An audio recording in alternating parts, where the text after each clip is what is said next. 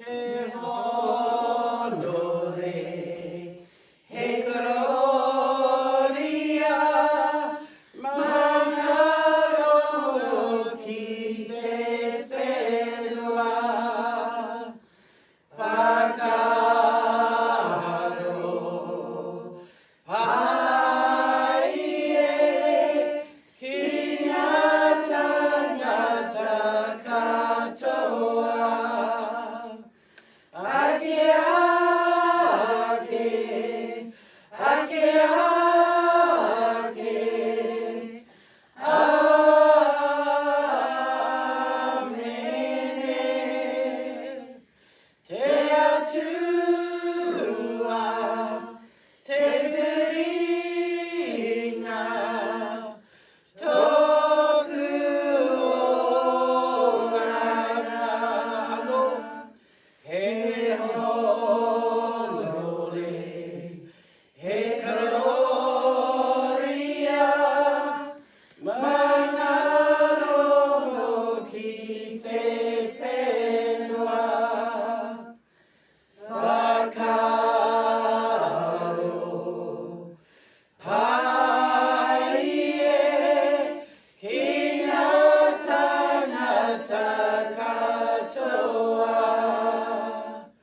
Ake, ake, ake, ake,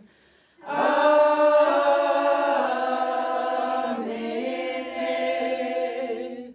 Te atua, te piringa, toku oranga. Toku oranga. Kia ino tātou. Tu tawa mai I runga. Tu tawa mai I raro. Tu tawa mai I roto. Tu tawa mai I waho. Kia tawa ai te mauri tū, te mauri ora, ki te katoa, haumi e, hui e, tai e. Kia ora, hello, li ho, good day. I greet you in the spirit of Ubuntu. Ni hao, konnichiwa, noho, hola, namaste. Welcome to the International Nurses Day virtual event celebration. In honor of International Nurses Day, the International Association of Clinical Research Nurses is celebrating by hosting a series of virtual events with clinical research nurses all around the world. It's an absolute honor and privilege for New Zealand to open and commence this virtual event. We are thrilled to have you here and excited to share waiatas. These are songs in the Maori language, some amazing, insightful interviews, tours within the Clinical Research Center, a day at the clinic, and images and videos with you. Join us in Aotearoa in celebration, showcasing the clinical research nurse's role within the Dementia Prevention Research Clinics, Brain Research New Zealand, and the Centre for Brain Research. Through the creation of this beautiful event, we have had the joy of living through some fascinating nursing journeys, celebrating those memories, and learning about each other's history. We are also acknowledging nurses who have come before us and hope to inspire those who decide to take up the selfless profession. We would like to take this opportunity to acknowledge every individual who has contributed to making this virtual event a possibility. I would also like to take this opportunity to thank every research participant globally who has contributed to research. To have given their time, that is a gift in itself to all research settings. We would also like to wish the upcoming virtual event sites all the best from New Zealand. Enjoy this journey through New Zealand. Aroha to all.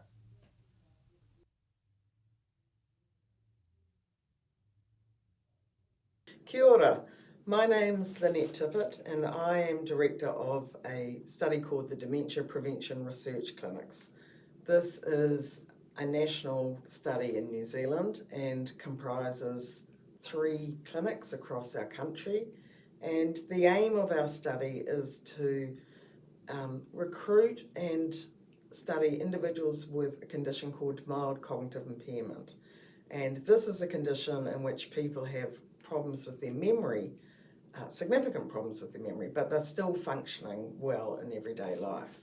And we're interested in studying them over time and trying to understand the factors that identify who amongst that group are going to go on to develop dementia, who remain the same just with memory problems, and who actually get better. And we want to understand the factors that increase the risk of progressing to dementia. So all of our participants are aged 55 years or older. We're also interested in understanding the mechanisms underlying these conditions and the experiences of those individuals and their whānau. And the ultimate aim is to be developing interventions that might slow or delay the progression from mild cognitive impairment to dementia. So it's a multidisciplinary study. It involves people from disciplines ranging from different medical specialities, our research nurses, neuropsychologists, people who process blood and analyse blood, people who conduct neuroimaging and various kinds of scanning. And in that sense, we're a really big team, a really big family of researchers and clinicians. I'm really delighted to be able to help celebrate International Nurses Day. It's a wonderful opportunity to acknowledge the very special contributions that research nurses make to clinical research. And I want to celebrate our research nurses for everything that they do to ensure our study's success. Now, the real centre of our teams are actually our research nurses. And for me, I didn't realise that when I embarked on this project, but it's become really clear to me working with our research nurses over the years that our study's been going, that they are the centre of the clinic. They're actually the heart of the clinic. So they have really diverse roles.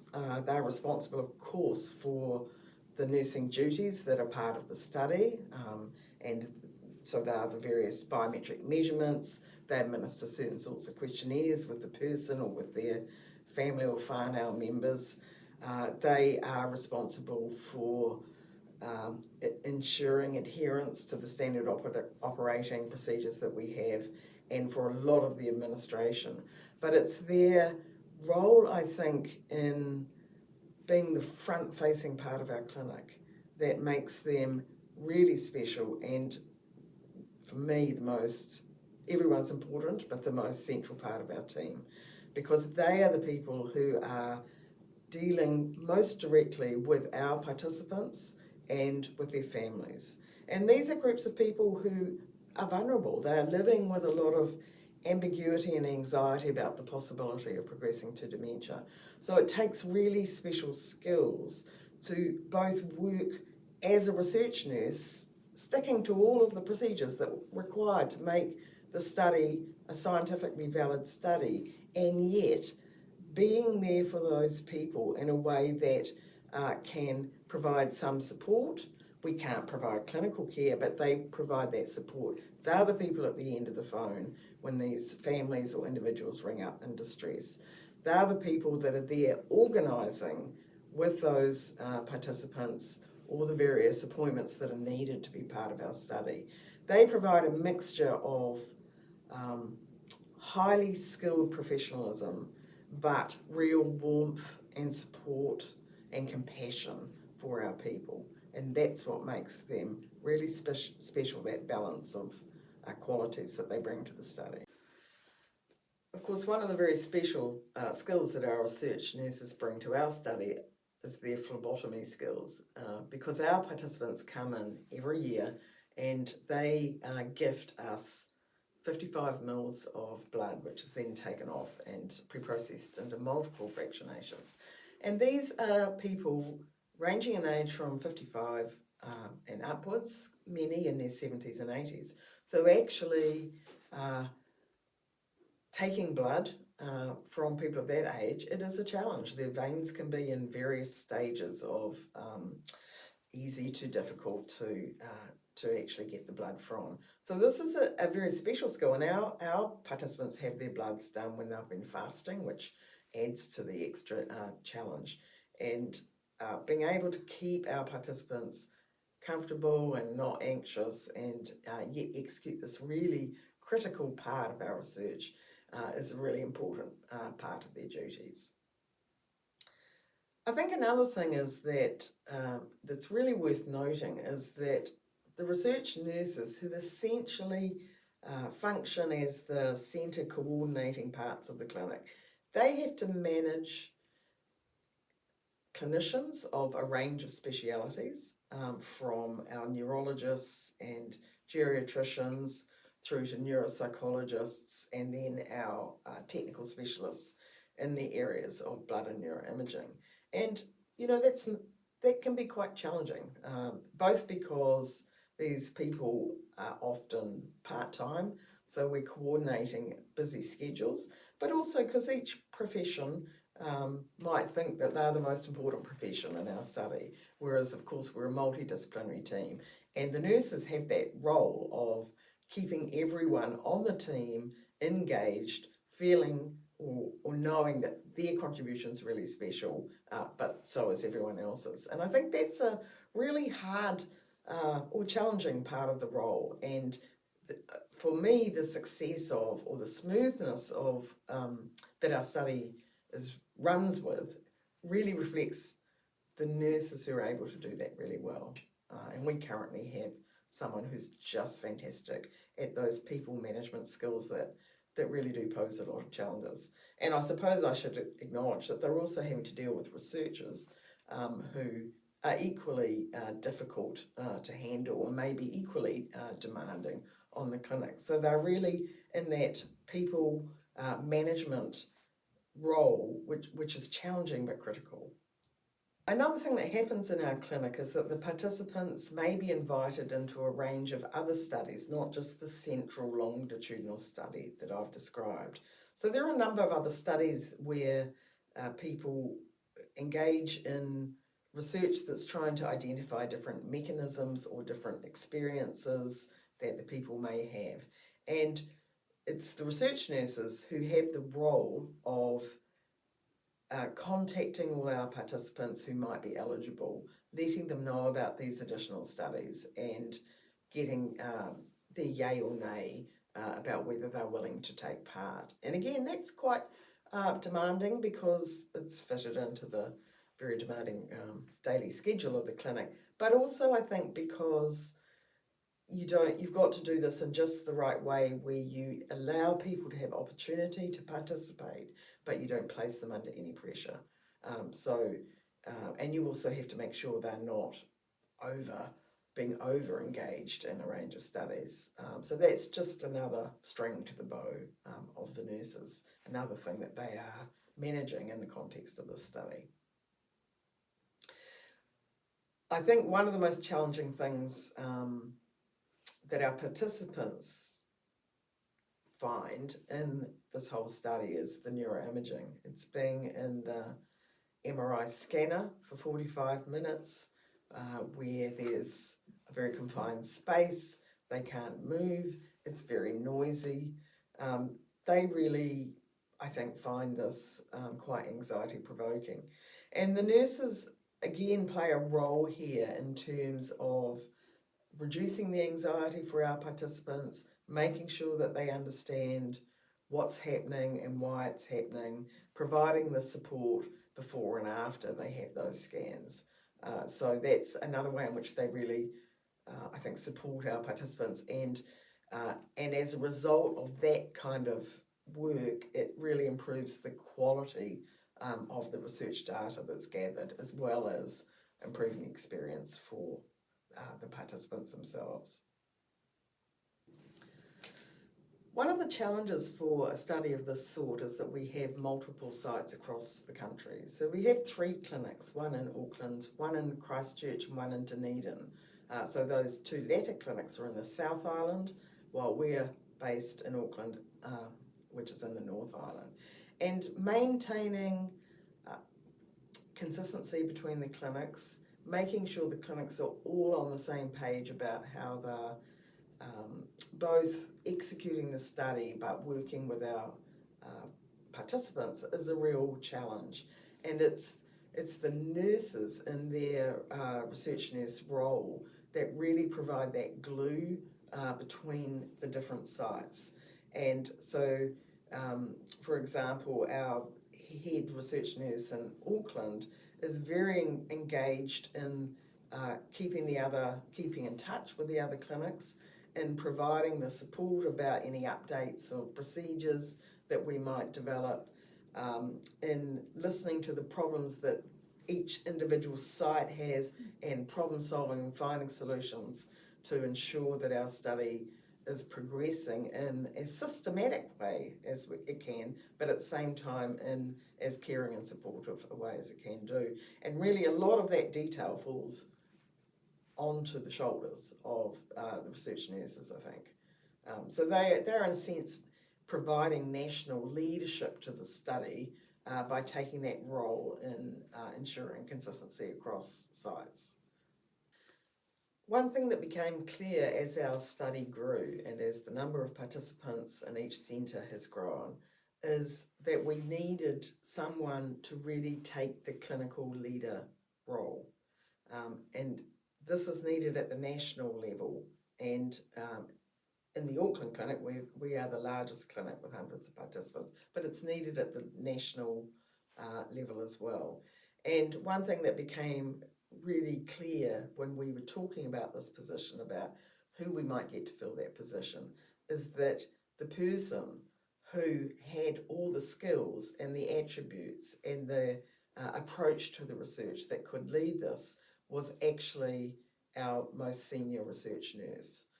And although in many studies it will be a PI or it will be the most senior medical person who might take that role, we felt very strongly that the person with the skills was our research nurse. And so she has moved into that role, and in addition to her standard research nurse duties, she is taking that clinical leadership role across the country. And that was a decision that was discussed at the highest levels of the study, so with the directorate of the backing group for our DPRC study. But I have to say that when it was announced to the staff, to the rest of the team, to those medical specialists, neuropsychologists, there was just uniform delight that the role had been given to our nurse. And I think that's a reflection of the kinds of qualities that the research nurses bring. And it is that combination of professionalism, of understanding the relative roles of the research protocol and the needs to be compassionate and caring for our participants, and the enormously organised administration skills that this profession seems to develop, certainly present in our research nurses. Of course, in 2020 and this year as well, we're facing the pandemic and the presence of COVID-19. Now, New Zealand's been very fortunate in terms of managing to keep, for long periods of time, keeping the virus at bay. But we have had periods where the country has been in lockdown or where Auckland has been in lockdown. And in those times, our participants are suddenly disconnected from our study. They're not able, of course, to come in to complete the study, but it also means for a number of them they're disconnected potentially from a number of the supports that they usually have in everyday life that come from being in our study. So the research nurses, particularly in our 4-week lockdown, which was a very long period of time, played a really critical role of phoning, and sometimes it was phone calls, sometimes it was Zoom, sessions, messenger sessions, whatever worked for our participants. They were contacting all of our participants, and this is hundreds of people, and checking in with them, seeing how they were managing, providing the ability for them to contact them anytime they needed support during that really difficult time. So that was during the actual very strict lockdowns, but New Zealand then has a system of levels, I suppose, of restriction that we function under, and actually developing protocols for when we might be able to see those participants again, because they're in the older age group. They so by definition, they're slightly more vulnerable. Many of them have conditions that additionally create vulnerability. There's been a need to develop very strict processes and protocols about when we bring people into the clinics, under what circumstances people can come, which age groups can come, which health conditions can come, and the nurses have played a really central role in the development and execution of those processes, in addition to all that support they provide during the actual lockdowns that we've been through. I think I'd just like to restate how pleased I am to have been able to take part in celebrating International Nurses Day. I hope I've made it clear in what I've said, the regard with which I hold research nurses and what they are contributing to our study. But I think it's a regard that's widely felt in our team, and it's a reflection of all that they bring to their work, their professionalism, their compassion, their araha. Thank you. Kia ora, tēnā koutou, tēnā koutou, tēnā koutou katoa. Ko Julia Slark ahau, ko Richmond Hill te monga, ko Thames te awa, ko Slark rawa, ko Milne oku matua, engari ko Graeme taku whare nei, ko Waitemata te moana. Te rangatira o te kuranahi o te whare wananga o Tamaki. Kia ora, my name is Julia Slark, and I'm the head of the School of Nursing at the University of Auckland in New Zealand. I wanted to talk to you today a bit about nursing in New Zealand and some of the work that we've done in our School of Nursing to look at a bicultural framework for building our values and leading nursing across the country. We are a small country, as you probably all know. We're nearly 5 million strong. It's the team of 5 million, as our Prime Minister Jacinda Ardern talked about during COVID. We have about 56,000 registered nurses working in New Zealand, and the University of Auckland here has the biggest postgraduate nursing school. So we look after around 3,000 registered nurses studying at postgraduate level every year. And we have a small but perfectly formed undergraduate program of about 120 students that come through the program every year. What we've done as a school is really spent some time and energy focusing on our values. Why do we want to come to work? What do we want to get from coming to work? And how do we want to treat our students and each other? And very importantly, in New Zealand, in Aotearoa, how do we work responsively to our Indigenous population, the Māori population? We are lucky in that we have a treaty obligation to support the health and well-being of Māori in this country. And we also have a responsibility in the way we work to ensure that we are responsive and acknowledge the bicultural aspects in the way this country has grown over the last 200 years. So what we did as a school is we came together, we've had a couple of meetings.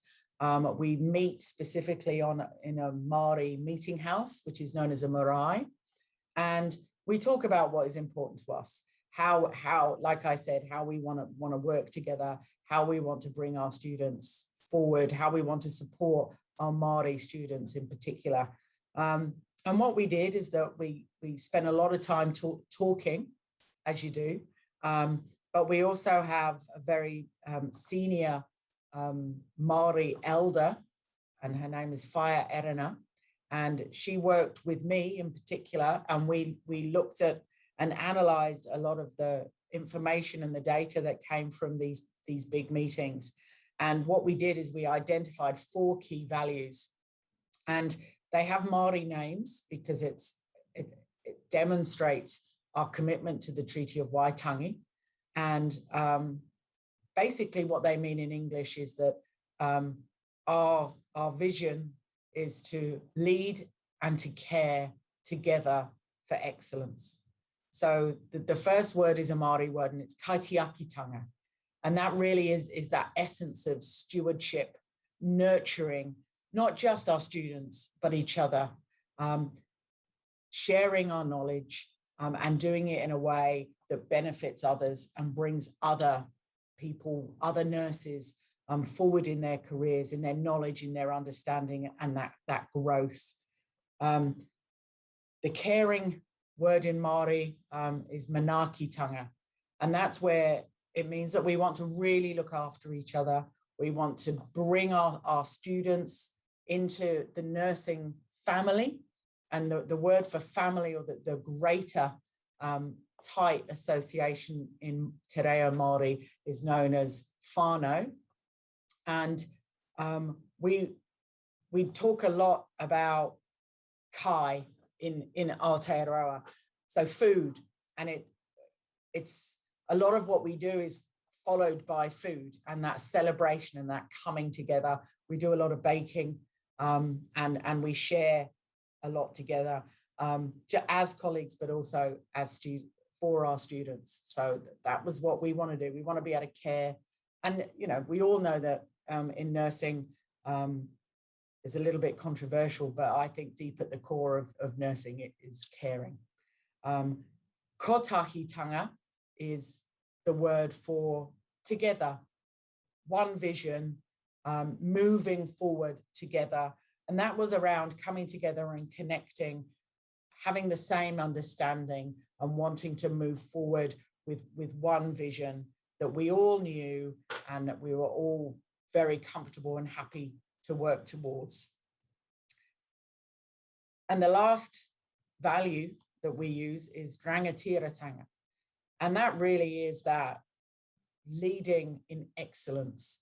So we pride ourselves on the quality of the education that we provide here. And for us, one of the priorities is maintaining that at every level. We are an internationally renowned university. We want to attract more and more international students, as well as provide the best quality education for the nurses who are working in Aotearoa. And we're really, really very passionate about that. We want to come to work and we want to do a really, really good job. But we want to come to work to nurture people, care for people, and do it together as one big whānau. Probably a dysfunctional family, as all the best families are, I think. But one of the things that we do to actively support, encourage, and connect is we come together every morning. So at 8:30 every morning, whoever's around in the school, it's before teaching usually, we come together and we do something called tikanga. Tikanga is a word for sort of traditional formal practices that are very important to Māori. But what we do is Whaia leads us every morning in karakia, which is like a prayer, but not quite so much of the religious connotation to it. But it's about a coming together and a settling in and thanking each other for being here, for the energy to come to work. And then we will sing waiata. And waiata, the purpose of waiata is it's not just about singing a song, it's a supporting song. So we often, when somebody does a presentation, for example, you will often have a group of people who will actually stand up and sing waiata at the end of the presentation to let the speaker know that they are there, they are supporting them, and they are their family, they're right beside them in the work that they do. So we are learning waiata. Some waiata are just song, some waiata come along with actions as well. And it's a really good opportunity for us to come together and learn ourselves, which is just so enjoyable and so refreshing. But we celebrate and we support each other. So when we have, you know, things to rejoice in, then we share those. But also life is hard, and sometimes people are having a difficult time. People have losses in their lives and have grief.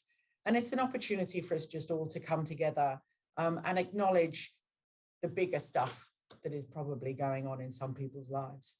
And we sing, we come together, and it fills your cup up.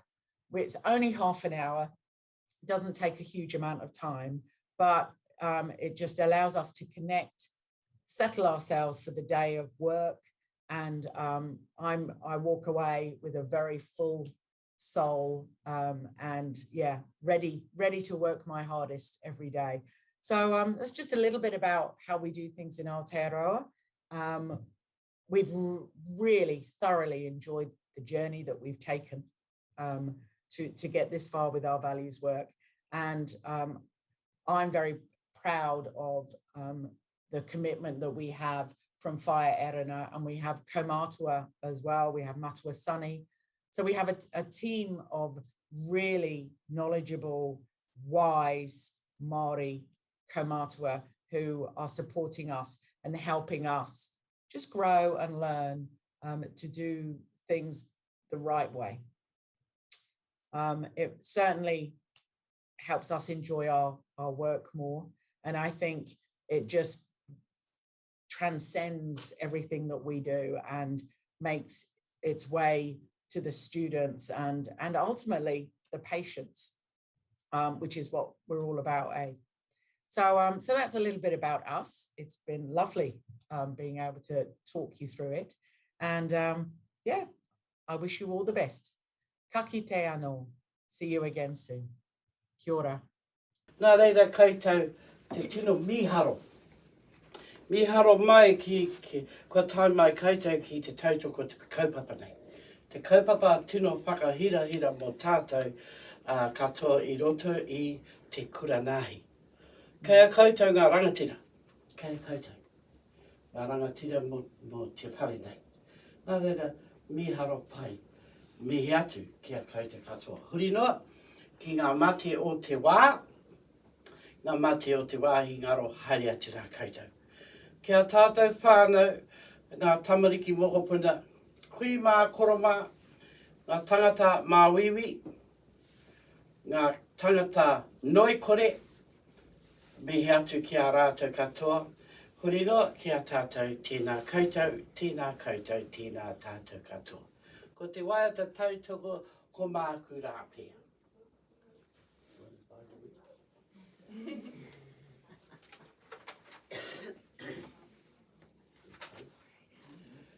Tēnei mātou te kuranahi, e whakatata haere mai, I a koutou e ngā iwi, māku koe e awhi e, māku rapia, māku rapia.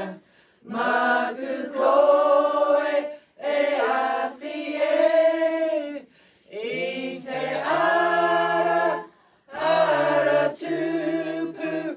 Māku koe e awhi e. Huri roa, tēnā koutou, tēnā koutou, tēnā tātou katoa. Ka huri aku koro ki te reo pihikete, kua marama koutou. Kei te marama koutou, hea taku koro I tēnei atu. I'm just saying in Māori, I want you to know what I've said this morning in my little short mihi to you all. And really it's about thanking you all for coming here to support this kaupapa. No one else is going to thank you, but I will. So I'm really pleased that you all came to the party. And I want you to know that this morning, because this kaupapa then opens us up really to other places and other groups of people. And so this morning, thank you all for coming and making the time to be here. And don't be nervous if we get it wrong. It's about our tikanga and it's about us having fun, and we own it. Yeah. We own it. No one else owns it. We do. Not me. All of us own this kaupapa. So, nō reira koutou mihi atu kia koutou. I am Jane Govender. I was born in Tongat, a small town north of Durban in South Africa. The town is best known for its sugarcane plantations and having the first sugar mill in South Africa. I am the fourth generation of 1860 laborers who were brought to South Africa from India. My family and I immigrated to New Zealand a few years ago, and I currently work as the clinic manager for the Dementia Prevention Research Clinics, also known as the DPRCs. The Dementia Prevention Research Clinics are a flagship research effort dedicated to Alzheimer's disease and related dementias. The clinics were established by Brain Research New Zealand, a national centre of research excellence, and are supported by the New Zealand Dementia Trust. The Dementia Prevention Research Clinics are a national network of clinics in Auckland, Christchurch and Dunedin. The DPRCs are currently recruiting participants with mild cognitive impairment or in the earliest stages of Alzheimer's disease.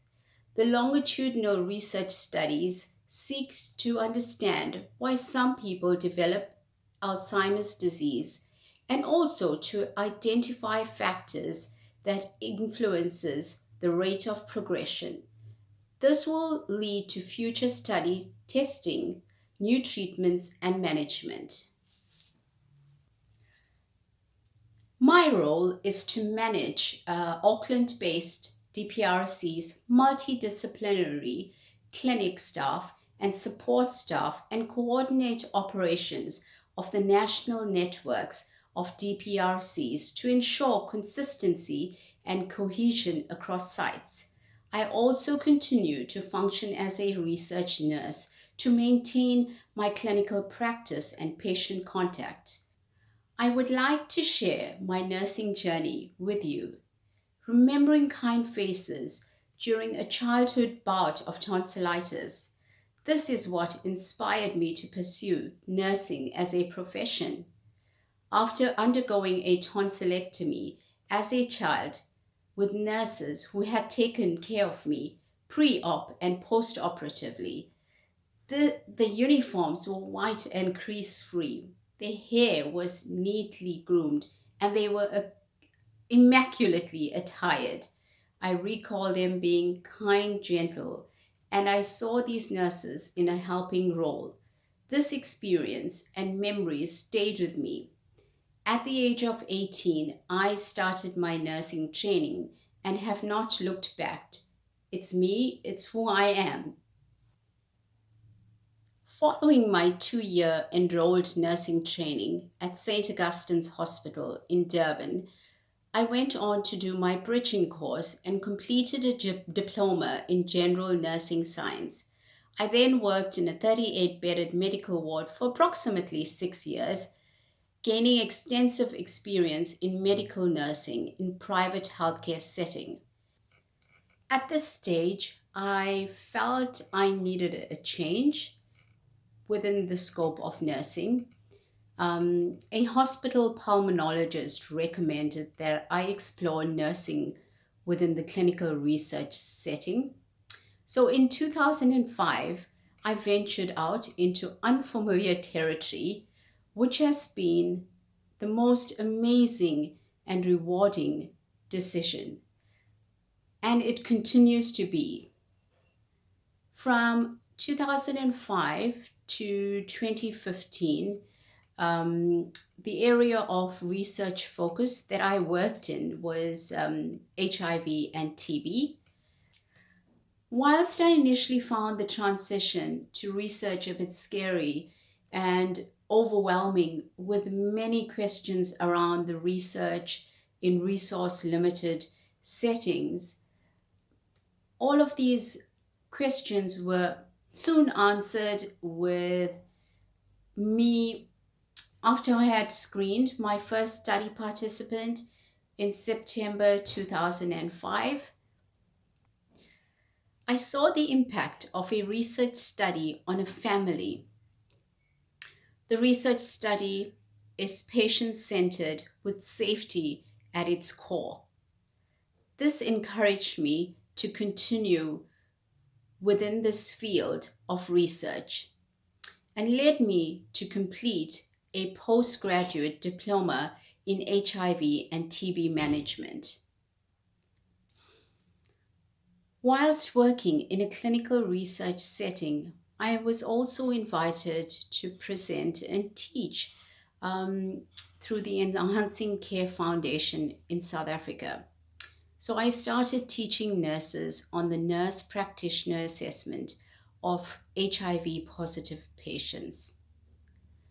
Just about 5 months after joining the research unit, I attended an annual ACTG meeting in Maryland.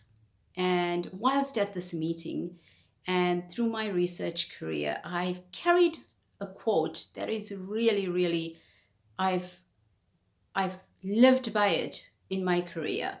And I'll share that with you now. And it's by Mahatma Gandhi. If I have the belief that I can do it, I will surely acquire the capacity to do it, even if I may not have it at the beginning. One of our site PIs commented at the annual ACTG meeting, and she said, I would really like to see our international nurses hold an audience the way the domestic nurses do. It was important for me to want to follow up on this statement, and it was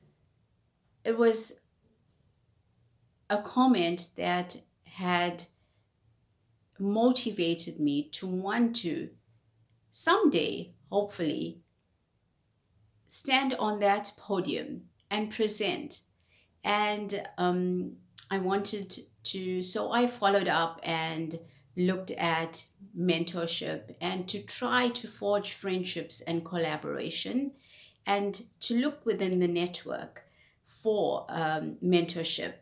As an international nurse, I looked for guidance, and this was always received with warm response. There was nurturing and mentorship. Our conference calls and annual summer meetings allowed for continued contact.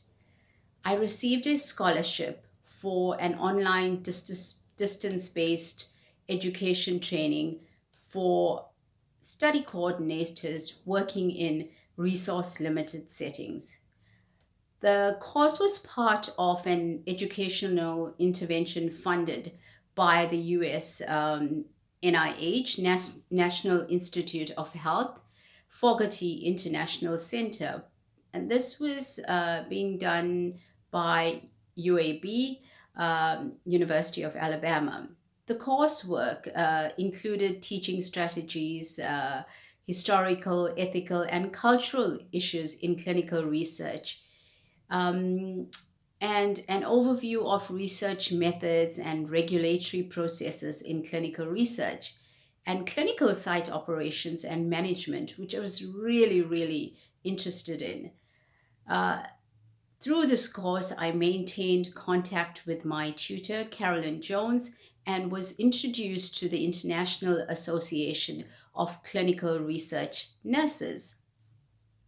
I aspired to be on par with nurses abroad, and this was achievable through committees and networks. I enjoyed teaching and mentoring and was part of a mentoring 2 international sites within ACTG, the Pune, India site and Caprisa, Durban site. I have also participated in clinical supervision and mentoring project to assist with the Department of Health within the National ARV rollout program. So that's the antiretroviral rollout program in East London, the Lukanji district. And I have been the chair of the Training and Education Subcommittee within the ACTG.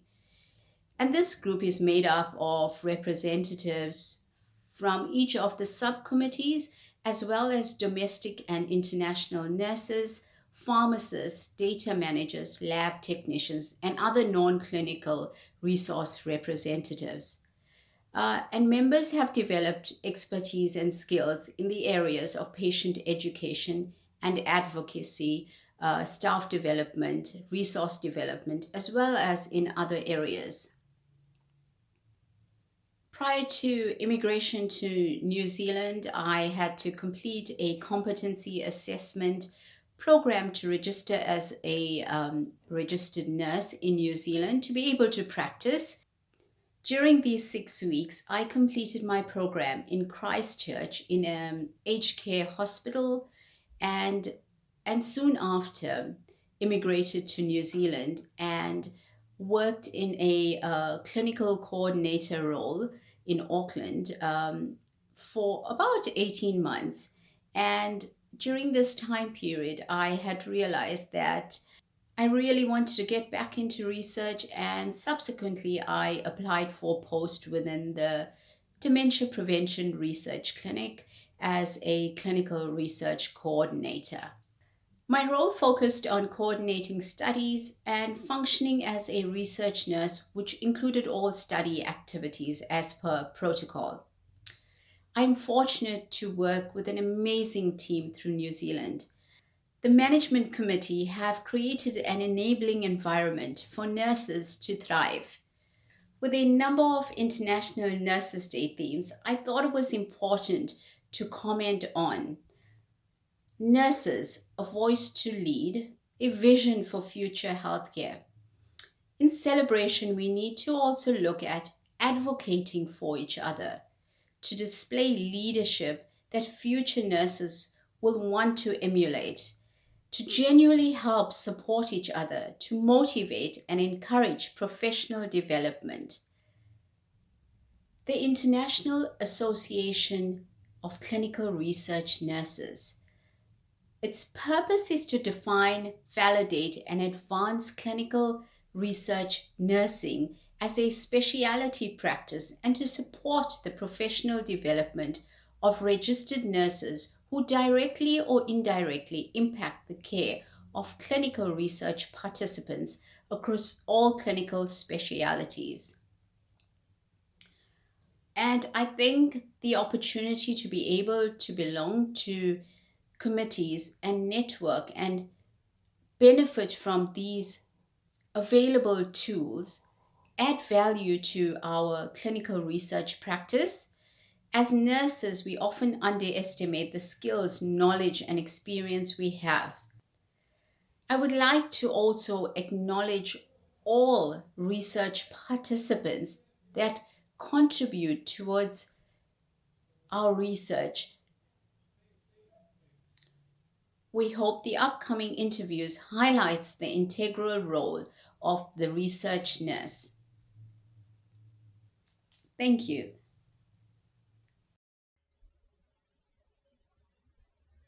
Hello.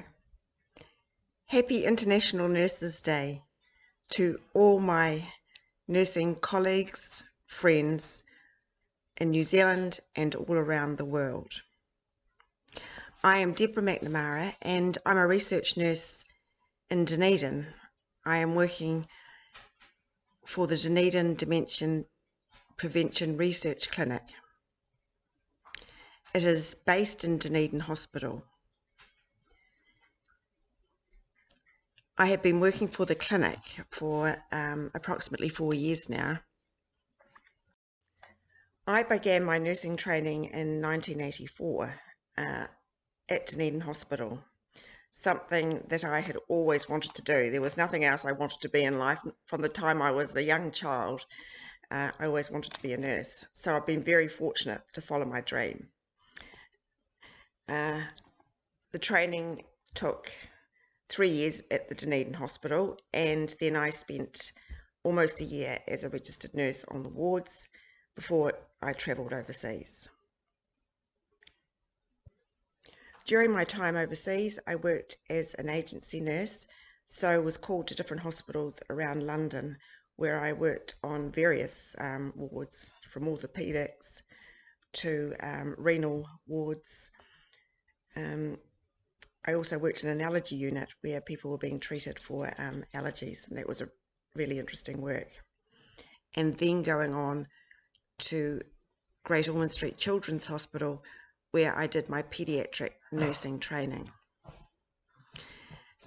That course was for 14 months. And then I came back to Dunedin and worked in the children's ward there. Then I became interested in educating, well, didn't just become, I was always keen to educate the patients in their self-care and management of their conditions, their chronic conditions. So I applied for the job as diabetes educator at Dunedin Public Hospital, which I did for several years before having my own family. I have 2 children, Anna and Patrick, and I have also, I took the time off while I was having the children and then returned to research in diabetes. Research was a very new thing for me. I'd never done this work before, but it didn't take me long to realise the value in research and the benefits it gives to both the patients, the doctors, and the scientists wanting to learn more about conditions and provide better care and treatment for our patients.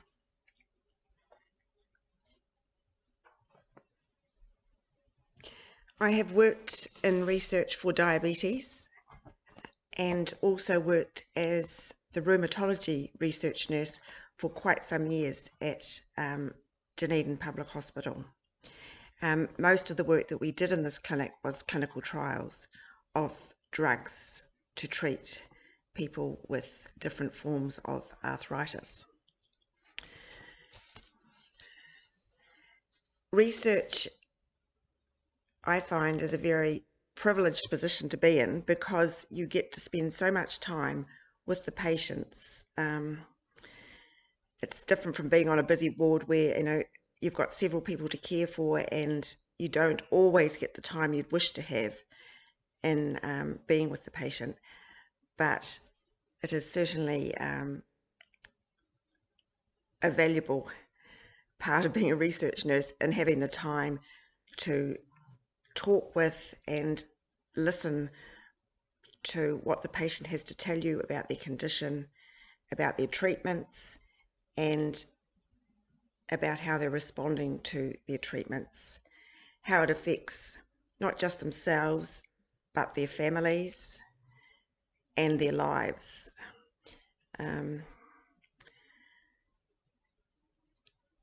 As a nurse, I think that communication is a very important part of nursing.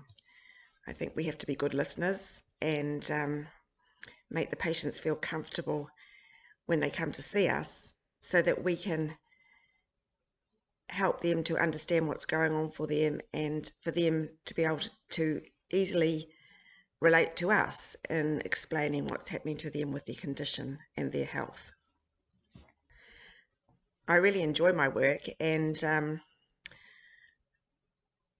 I enjoy my family life too. And in fact, I've got Anna, who's now nursing in Melbourne, and it wasn't something I encouraged Anna to do, was to be a nurse, but she chose to be a nurse and I'm very proud of that. And she works in intensive care at St Vincent's Hospital in Melbourne, and my son is also in Melbourne and he's followed a different path. He enjoys design and fashion, so he's very happy living in Melbourne, where he's able to use his talents and interests there.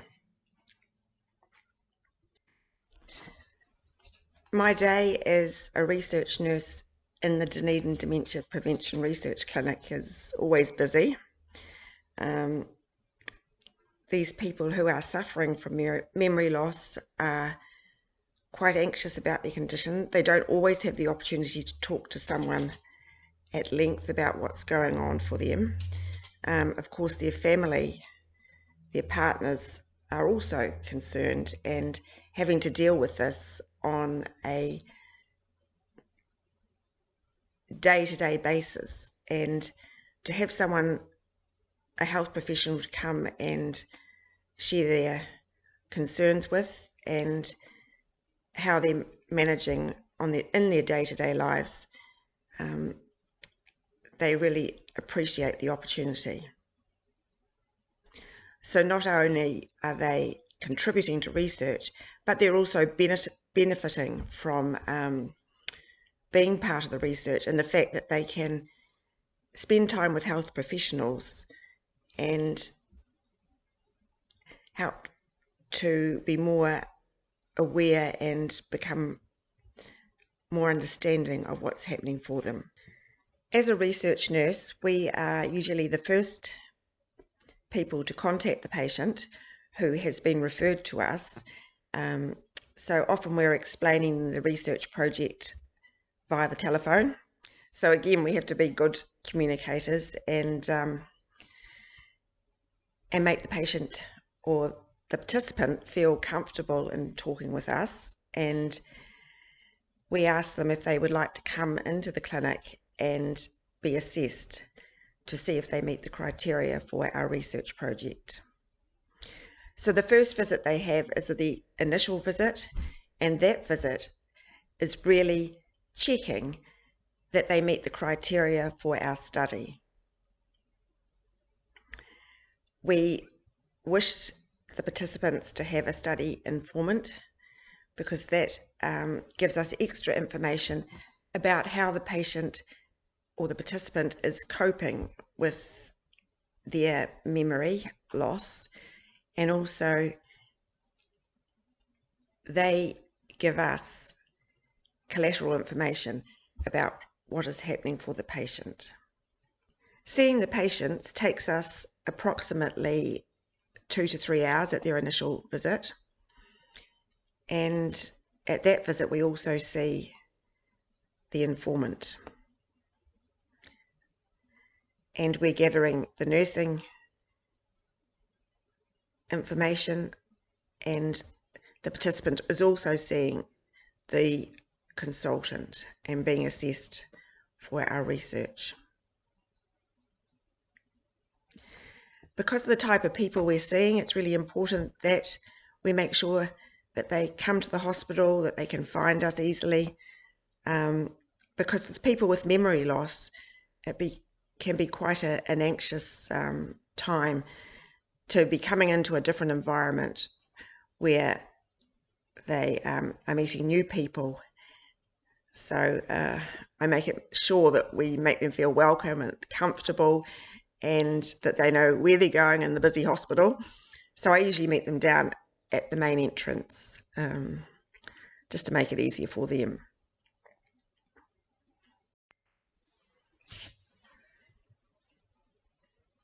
In nursing, yes, you graduate, but you are always learning. And if I was going to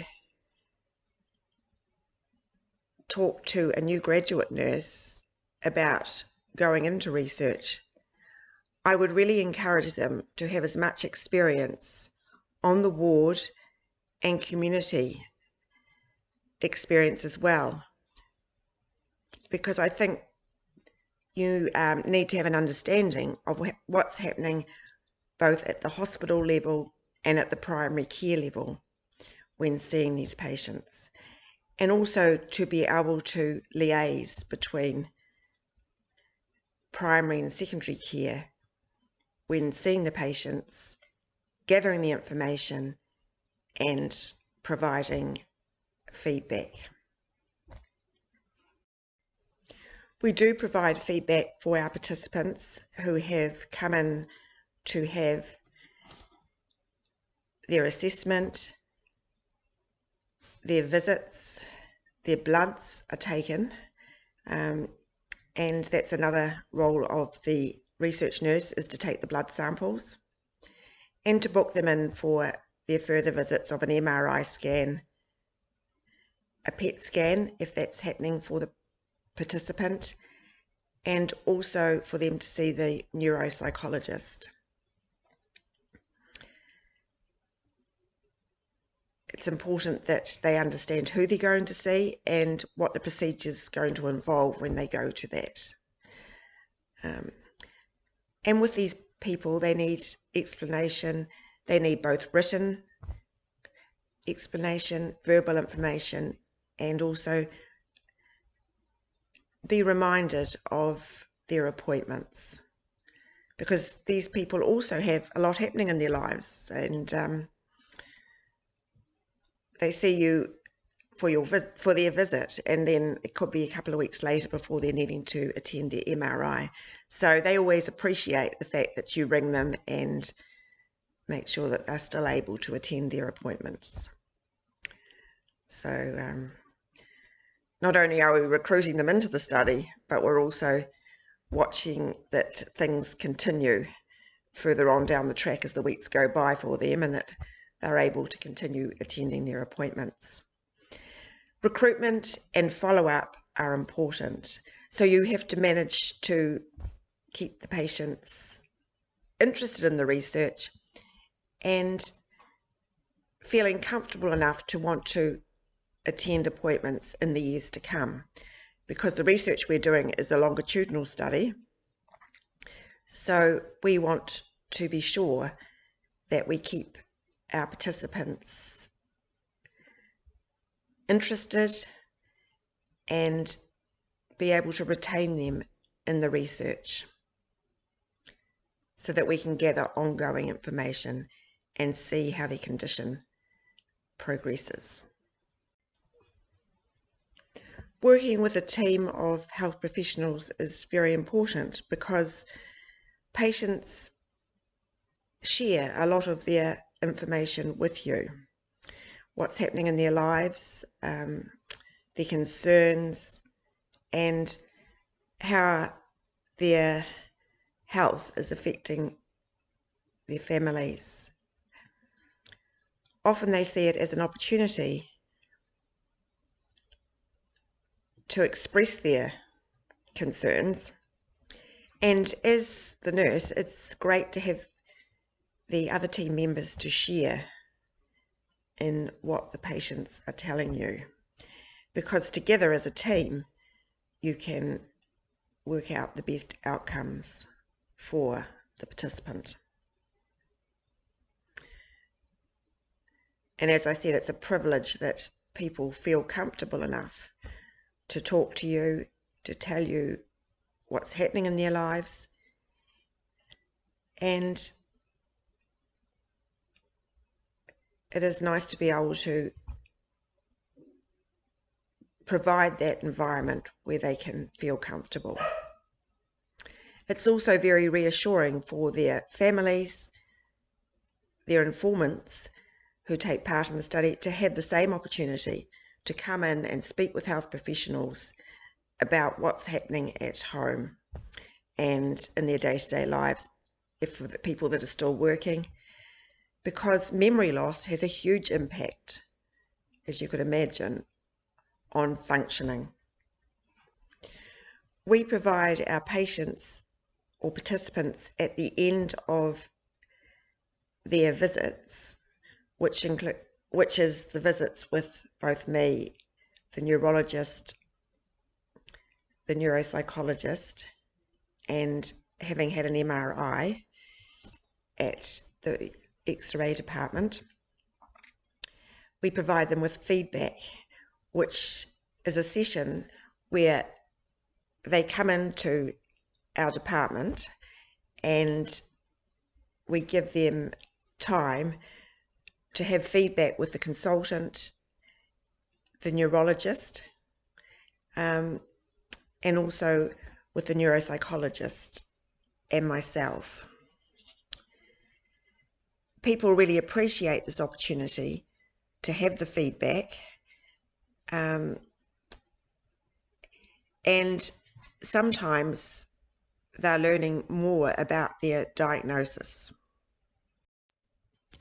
What I enjoy most about being a research nurse is working in a team of health professionals,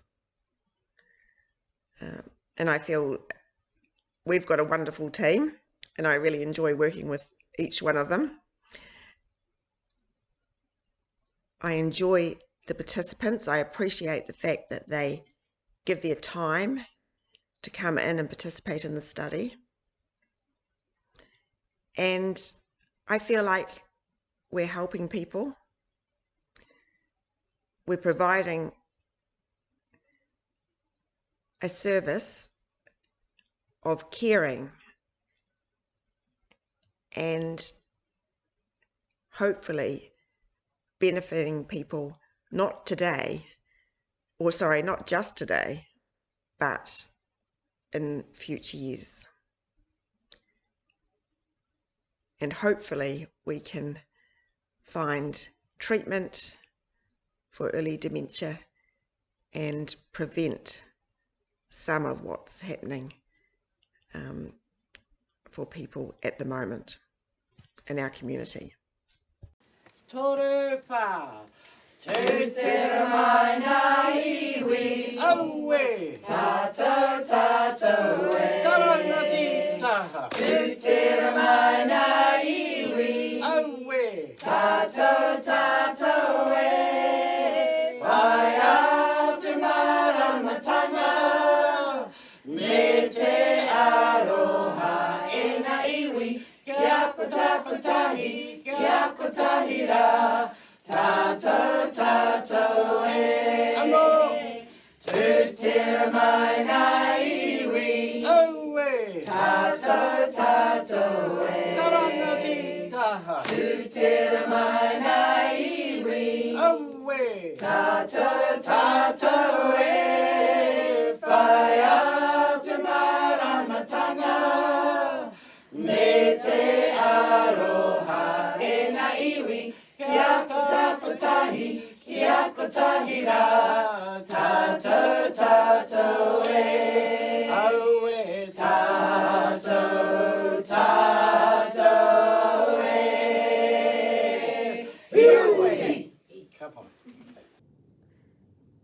So I thought it would be really useful and important to give you a tour of our clinical research facility, and also to allow you to have a look at what a typical day looks like for a clinical research nurse within the Dementia Prevention Research Clinic. So our day begins pretty early, and that's purely by choice. We do prefer to have a calm start to the day. This allows for us to get into the office, follow up on emails, on referral to other studies, follow up on study participants, and this allows us time to prepare our clinic consulting rooms, get our study participants' files, and meet our study participants. The admin office and clinical research center is in close proximity, but two individual buildings. You're going to meet our team as we continue with the interviews, and I'll introduce them through the various steps of the typical day. So Lydia is our research assistant, and Lydia prepares for clinic specifically with regards to the admin aspects and interacting with patients with regards to bookings. So Lydia will look at booking our participants' clinic appointments, and she will communicate by phone and email to book these appointments. She will confirm appointments and send out invites to the team, specifically the research nurses, the neurologist, the attending clinician, neuropsychologist, and the lab team as well. With her email communication, we ensure that all of the information specific to the study visits are clearly defined in the email contact. A participant would get their study appointment letters, a map to the location of the clinic, and a reminder call will be made by the nurses prior to the clinic appointment. This is to ensure that all of the details confirmed on email has been received and the appointments go through as scheduled. Lydia has been trained to also assist with blood draws, and this was important to allow for professional development within the role as well. And she has been certified to be able to complete these blood draws. The DPRC is located in the Clinical Research Center, and that is, as per the study, our study participants will undergo detailed assessments that will involve up to 5 sessions completed within a 3-month period. And these 5 sessions, you will meet our clinicians with subsequent interviews following this tour. So we walk across to the clinic and I meet our receptionist. And so we have Santa, who's at the main reception. We go on to meet Leanne, Liz, and Emily. So we liaise with the receptionist and the team at the Clinical Research Center to ensure that participants have their car parks and room bookings, and this would be arranged prior to clinic appointments. So bookings are managed by the Clinical Research Center, and Lydia will send through these appointments. Allocation of the consulting rooms are specific to the speciality group, so it would depend on the disciplines. Our phlebotomy and blood draws are completed in a phlebotomy room.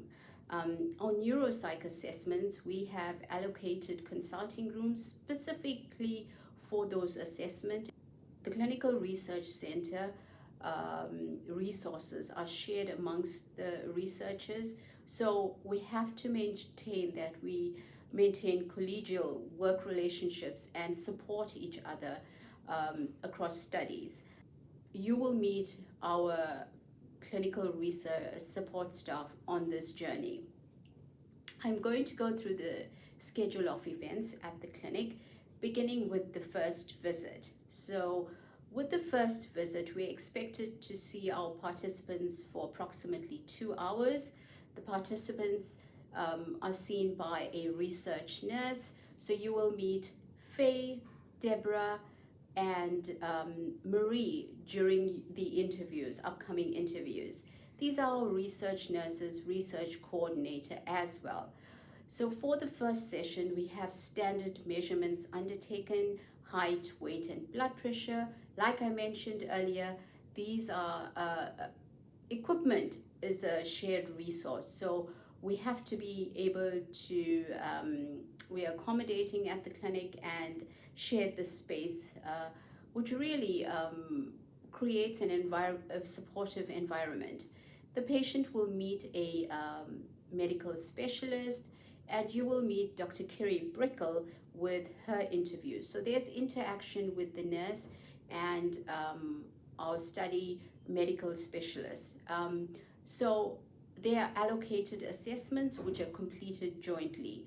So our clinician will discuss, so specific to our study, the participants' memory or thinking difficulties that they are experiencing, as well as about their medical history, complete a neurological examination, and a brief screening of their memory and thinking abilities. So, and we complete some questionnaires as well. And our participants are invited to also bring in a study partner to this appointment. The appointments, we ensure the safety and continuous consenting, that the patient has a space to be able to ask questions, and we keep them continuously informed. We create an environment or space that is therapeutic in the sense that it's calming, and we, the nurses interact. Their interaction is the one that is maintained as a constant. So this relationship within the team is the nurse who is at the front or at the has the most interaction with the study participant. So through the interviews, this will be explained, and this highlights the integral role that the nurse plays within the clinical research setting. The second visit that we're going to go through is the fasting bloods and the neuropsych assessment. A lot of planning goes into these appointments. So the appointments, as I mentioned earlier, we have a booking. So this has to be, the appointments have to be booked prior. So ideally at least a week prior to the clinic visit. But usually these are done within weeks of the appointment. With the appointment, there are appointment letters, car park bookings, and room bookings that the nurses and Lydia will ensure are completed prior to the clinic visit. This is a fasting visit, so we have to consider participants' dietary requirements, their medical history, and how does this impact on their fasting. So we take this into consideration as we prepare their breakfast as well, following their fasting blood draw.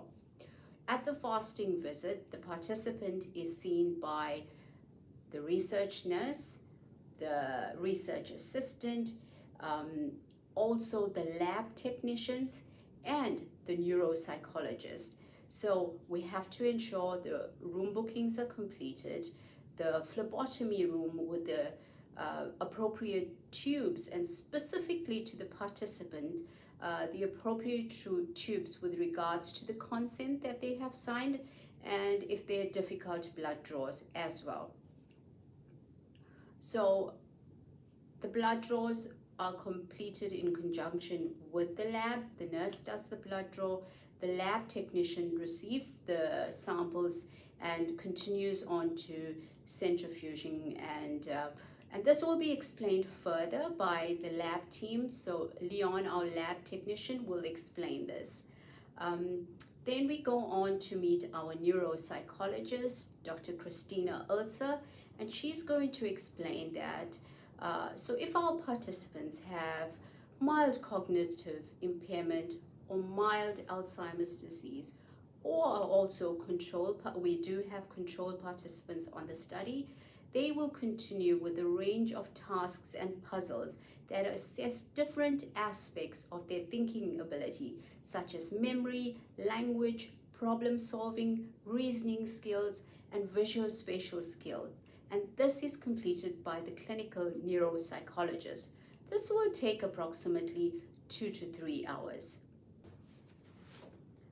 Our participants then have the opportunity to undergo an MRI brain scan, and we're going to have Catherine Morgan, who's a research fellow and a neurophysicist, who will explain the process and her interaction with the clinical research nurse. So the MRI scanner is located within the Center for Advanced MRI, and that is located within the University of Auckland. Preparation in detail occurs prior to the MRI booking. The participants are required to sign a consent, so an MRI safety screening form. This is completed with the nurse and the study participant. An appointment is scheduled for the patient.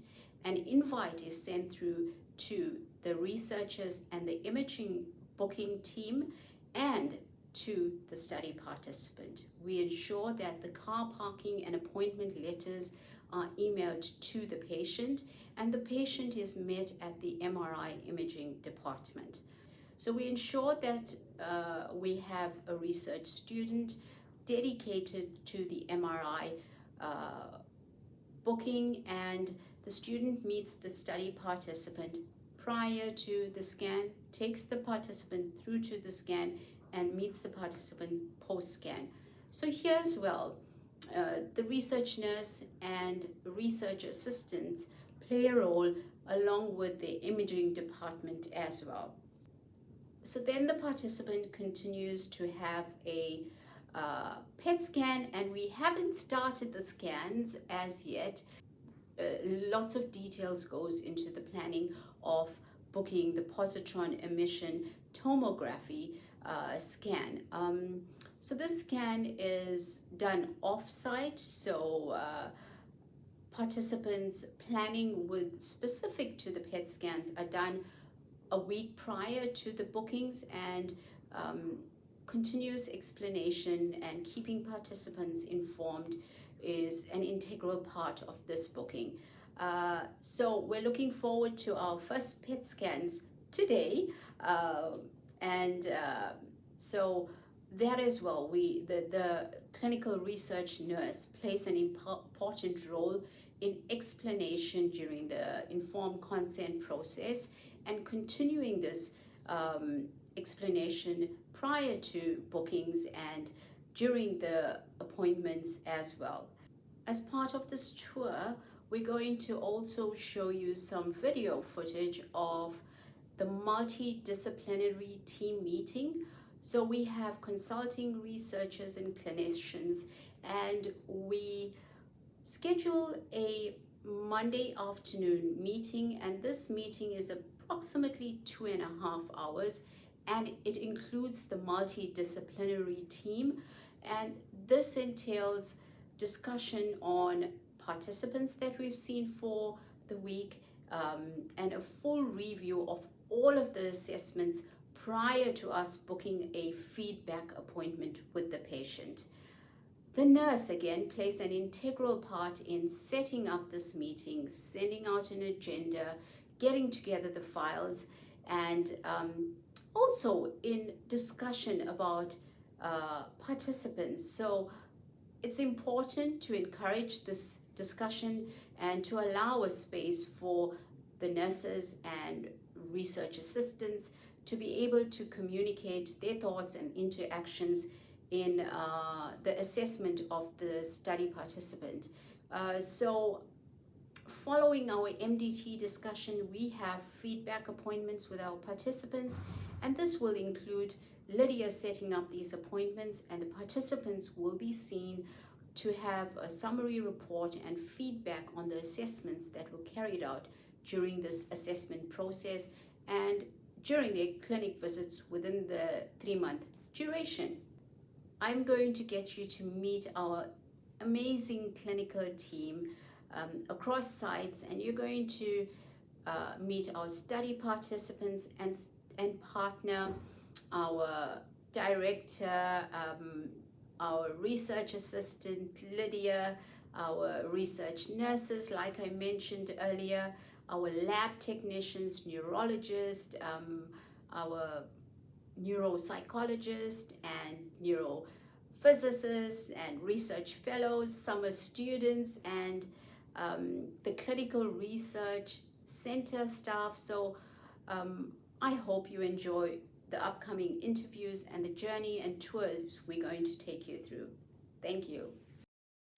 Hello, my name's Horne. I'm a doctor who works in the Clinical Research Centre at the University of Auckland. I've been working in research for the past 25 years, and one of my key roles in my workplace is actually creating this space, the Clinical Research Centre, and supporting researchers here to be able to do their job. So about 10 years ago, I was working alongside Ian Reid, who's one of the researchers that are in my group, and it's always been his idea that there is a specific space created and set aside for people to do research, and so we work together to create a suite of rooms that you've probably seen through the videos, which are set aside for people to do research, and there's freezers and centrifuges and all the equipment that people need that's available to them to do their studies here.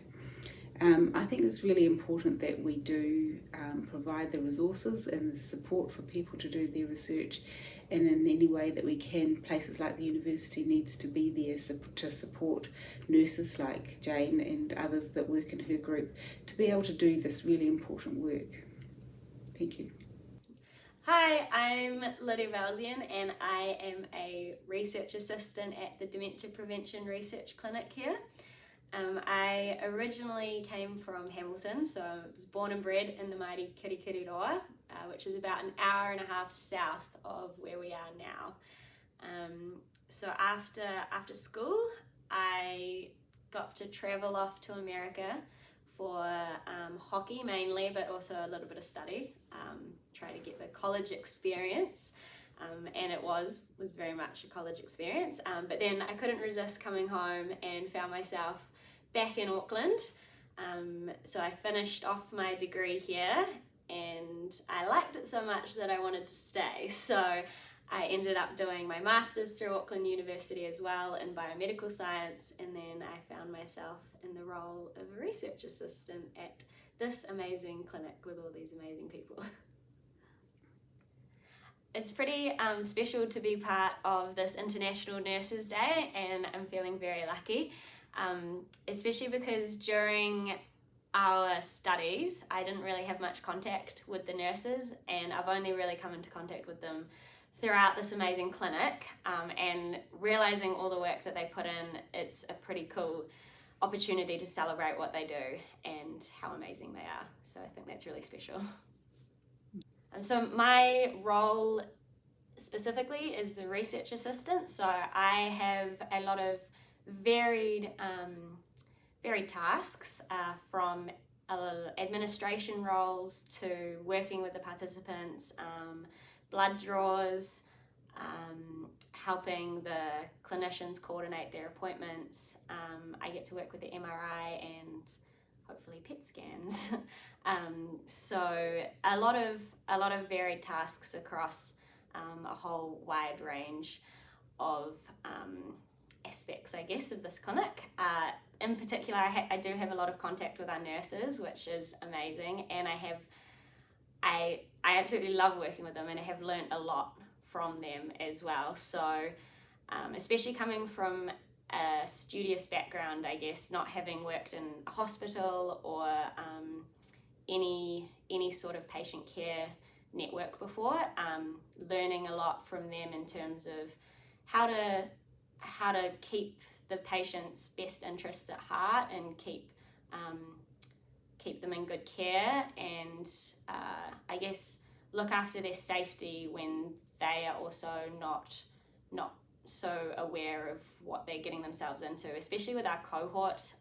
We are working a lot with older people, so they are quite vulnerable, and the nurses take good care of them, and I've learned from them how to take good care of them as well, which has been awesome. And in terms of practical skills, the nurses have taught me great things about phlebotomy that I never knew existed. I didn't know you had veins in all these places.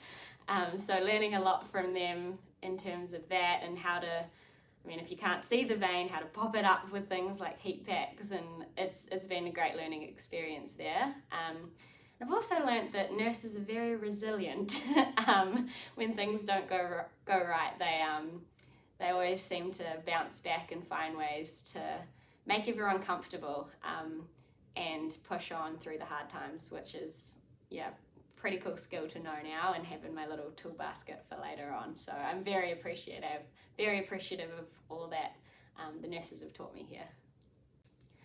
So as a research assistant, I have a lot of contact time with the nurses, and it's awesome watching them do what they do every day. It's kind of incredible, the amount that they just get done and that they do. A lot of it is really selfless work as well. From my perspective, I think that to be a nurse, particularly in our field here, as a dementia research nurse, there's definitely a special type of person that can fill this role, and it's someone that has a high level of compassion, a high level of empathy, and they can really understand the participants and what they're going through, and that takes a certain type of person to really be able to put these people above themselves and truly deeply care for them. And it's amazing just watching our nurses and how they interact with all our participants. We're really lucky here in New Zealand that we have a lot of cultural diversity. So we've got people from all over the place, and each of them have their own customs, their own ways of dealing with dementia as a degenerative brain disorder. And I watch our nurses, interact with them in very specific ways to their relationship with the clinic and what their culture and customs mean to them. And yeah, it's pretty inspiring for me as a younger up and coming member of the clinic, hopefully, to see this, and I'm learning a lot from that as well, and it's very impressive. Thanks so much for letting me be part of this International Nurses Day. To Macca nurses, you guys are doing amazing, and we really appreciate everything you do. Well, hello, my name is Jay. This is my husband, Graeme. Graeme is a participant in the Dementia Prevention Research Program, and I am his backup brain, or his caregiver, a term I don't particularly like. I think backup brain is so much better. Hi, I'm Graeme. We live in Auckland, New Zealand. I've had a long career in business, working for international companies like Coca-Cola and Unilever, and have been now in a retirement village for about 15 months. I am aged 79 next week. It's my birthday next week, not yours. What's but that's okay. Yeah. Some years ago, probably about 7 or 8 years at least, I started to have a few issues, particularly with my memory. And about 6 years ago, I joined the brain research program, which is being run through Auckland University and now also through Canterbury and Otago universities. I was the third one to sign up, and so I'm known as 003. Always wanted to be 007, but never made it. I was too early. It's been a fantastic journey, both for Jay and myself, and we're very happy to be able to participate and talk about the service, the career and the friendliness that we've had from the brain research team. From my perspective, I think that the nurses that we met who have cared for Graeme as the patient and looked after me as the support person has been extremely valuable, because they were able to deliver a standard of care that we weren't sure really what was going to happen. And so in their discussions with us, it wasn't just about the research that they were doing to find out why some people develop dementia and some people remain relatively stable if they've only had cognitive impairment. And for us, having to travel from this side over to the other side to the hospital and take part in the research, I think the nurses certainly make it easier, because they're basically the first ones that we see, while the neurologists and psychologists may do all the testing. It's the nurses that actually help us to understand incredibly well what is required of us, what is being looked for, and what we can do to help ourselves. So I think that from that perspective, we can't really thank the nurses enough. They do an amazing job, and I also believe that people are very well aware of the neurologists and the psychologists who are heavily involved in the research, but not a lot of mention is made outside of the research centre of the nurses who are involved in taking care of us, making sure that our welfare is first and foremost in their mind. Oh, I agree entirely, which I don't necessarily always do with my wife, but I do agree entirely with her this time. The treatment, the help, and the friendliness and care that we've received during the journey through this brain program has been wonderful. We've had several nurses at different parts of the program, and we can say without exception that our service and the what we've received has been absolutely wonderful. And as Jay says, I agree. They present an entirely different personal view from all the specialists that we also have also had great service from. But there is, a distinct difference between nursing and the professional staff. I think probably the best way to describe it is if I was thinking about a member of my family whom I particularly cared about and knew really cared about me. That's kind of the feeling that I have from the nurses who are on this research program, and my long experience with nurses, because my mother was a type 1 diabetic, so I spent a lot of time with nurses, and always the nurses became part of our extended family. And I think that we're very lucky to have that same rapport with you guys now, because this is a pretty long journey for us, and the outlook isn't totally grim, but it is a long journey, and it's going to be tough, and it's great to know that there are people who genuinely care about us, and I can't sing the praises of these people involved, the nurses, who deliver such wonderful care.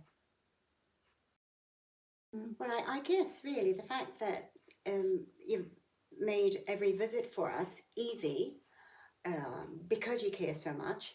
I couldn't say that there was an absolute standard, because every time we go, it's always a pleasure to see you and to have you take care of us, and we're extremely fortunate that you're there for us. I mean, yes, we know that you're involved in the research. That's part of your job. But on top of that, you actually make us feel very welcome and really well cared about. And it's that family feeling that I guess is the real standard. That's what nurses do. And that's, okay, maybe that is part of their job, but it's kind of a huge expectation to expect you to care about every single person, but you give the impression and that you do, and I think that's extremely important. Again, I agree, which Wow. might be unusual, but I do definitely agree entirely with what Jay has said. It is true, and we really believe and would promote their help, care and guidance that they've given us over the last few years. Goodness, I can only just think about my entire experience with nurses throughout, especially the last 10 years of my mother's life. And honestly, I'm very grateful to have the opportunity to help nurses celebrate, because without them, we wouldn't have received the level of care. It's all very well and good asking specialists to explain things to us, but I really believe that it's the nurses who make it much more understandable. And because of their caring, I'd be the first one to stand up and say, let's shout out for the nurses and celebrate them hard and well. Yes, again, I agree. And This is too much. that there is a distinct difference between the nursing and the specialists. And whilst we've had some wonderful specialists in the medical area and also have a good ongoing rapport with some of them, there is a distinct difference between nursing and the specialist areas. And without nurses, it would be a very difficult situation to be left in. They're always there, they're always helpful, and we really cannot say enough about how much we've appreciated, particularly through this brain research program. It has emphasised just how much there is. I guess I've had a lot of experience of nursing because when I was very young, only about 7, I was in hospital for 12 months with a bone problem, and the care that the nurses and the matron gave me in those days was fantastic, and it's been emphasised throughout my life. Well, I guess it was somewhat different in that I was very young and I was placed into this hospital in a bed with my feet in the air for 12 months. And during that time we had wonderful care from the matron and her nursing staff. We were schooled, we were helped with games and enjoying things, and for 7 and 8-year-olds who were separated from their family were it was amazing what a fantastic job they did. So I've always had an appreciation my whole life for just how much care and attention nursing can be to people of all ages. Yeah, I agree too.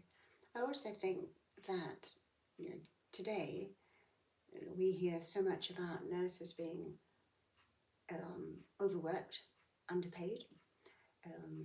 I'm not sure how different that is to 10 to 15 years ago. But if I look at when my mother was in Auckland Hospital, she spent the last 10 years of her life in and out of hospital, almost always at death's door. And the nursing staff who looked after her there were absolutely amazing. I could go in whenever I felt like it, take her whatever she wanted to eat. And they really cared about her, and they made me feel cared about. And I'd like to think that no matter which way nursing training and research goes, that they would never lose sight of what makes them so important to families and patients. And that's the fact that they genuinely care about their patients and their welfare and their families. So nurses will get my vote every time. Yes, it is obviously a wonderful, whilst it's an occupation, I think it's much more than that, because they obviously all care so much about it and are dedicated to it. And I don't think they are recognised enough. We take a lot for granted, or maybe a lot of people do, and don't understand quite how demanding such a role is. So we are very appreciative of the experiences that we've had with nursing. And we're really glad, really glad and quite privileged to celebrate International Year of Nursing with you. Thank you very much. Thank you. We're really happy to be of support to you guys, just for a change. Yes, it is a change, and we do appreciate the opportunity to be able to speak about our experiences and the very wonderful experiences that we've had. So we wish all nurses the very best. Absolutely. Perfect. Tēnā koutou katoa. My name is Dr. Kiri Brickell. I am a neurologist with the Dementia Prevention Research Clinic in Tamaki Makaurau, Aotearoa, Auckland, New Zealand. It is my absolute pleasure to be here today to talk about how important the clinical research nurses are in our organisation and to celebrate their importance and their role. I'm pleased to be part of the celebration of the International Nurses in the role of clinical research. It is my pleasure to talk about how important our research nurses are in our research. Our research has 3 pillars. We have our participants, our clinicians, and our researchers. And the person or people that actually bring our clinic together and ensure that it functions are our research nurses and our clinical staff. Over the years that I've worked with our research nurse, I've come to the conclusion she's an expert in herding cats. She has to balance the needs of our participants, the needs of the clinicians, and the needs of the researchers, which she does in a truly seamless way. Being one of the clinical staff, I don't really appreciate the role of what the research nurse does, because all I have to do is turn up and see a patient. When I look at all of the work that goes in behind that, you realise the enormity of the role. You realise that the research nurse has to demonstrate leadership in so many ways. They have to manage conflicting schedules, they have to meet the needs of the participants, they have to be able to organise the doctors, and they have to be able to follow what the researchers actually require. The amount of work in contacting patients, following up patients, bringing patients in, ensuring that they are valued, they are important, and they want to come back is truly astonishing. One of the founding principles in our clinic is the concept of whānau, which is the concept of family. Because we are a longitudinal study, the relationship we develop with our participants is paramount to the success of the clinic. The person who has the most contact and is the most important person in developing this relationship is our research nurse. For it is the research nurse who has to problem solve, has to follow up, and has to ensure that our participants' needs are met. The amount of work that goes on behind the scenes is really hidden because our clinical research nurse is so organised and structured. As one of the doctors in the clinics, I turn up to see the patient, and I don't really appreciate the level of organisation and leadership that has gone on behind the scenes to ensure that my patient meets me in the appropriate room at the appropriate time. As we work in a research clinic focused on dementia, a number of our participants have significant problems with their memories, and there are many cases of our participants getting lost or getting confused. It is our research nurse who manages to find our patients, who has the skills to direct them how to get around local roads over a telephone, how to use the electronic devices so they can talk to us over Zoom, to ensure that they get home safely and give them the follow-up phone call just to make sure they are at home safely, as some of our participants do have to come and see us from great distances.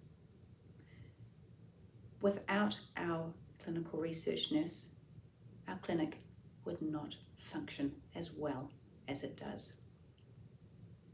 Within our team, the focus is on our clinical research nurse because it is she who ensures that the team dynamics work, that things get done in a timely manner, and that she has the ability to manage us in a way that we think we've made the decisions. Our research nurse has the ability to anticipate difficulties that will arise and has the skills to ensure that those difficulties never eventuate. The functioning of our clinic is a reflection of the skills of our clinical research nurse. The role of the clinical nurse coordinator is founded in leadership skills. The nurse practitioner sets the clinical tone. They demonstrate the values of the clinic in every interaction with the participants, the clinical staff and the researchers. They lead by example, and by setting a high example, they pull the rest of us up to meet their needs. COVID has also provided interesting times. We have been very fortunate down in New Zealand. In particular, we seem to have escaped the significant ravages that is happening in other countries overseas. The predominant difficulty we had was last year when Auckland was in a 6-week lockdown, and then we've had 3 shorter lockdowns since that time. During that period of time, we needed to switch to online assessments. And again, it was our research nurses and our research support people who allowed that to happen and facilitated and maintained contact with our participants. So when our university opened up again, it was seamless.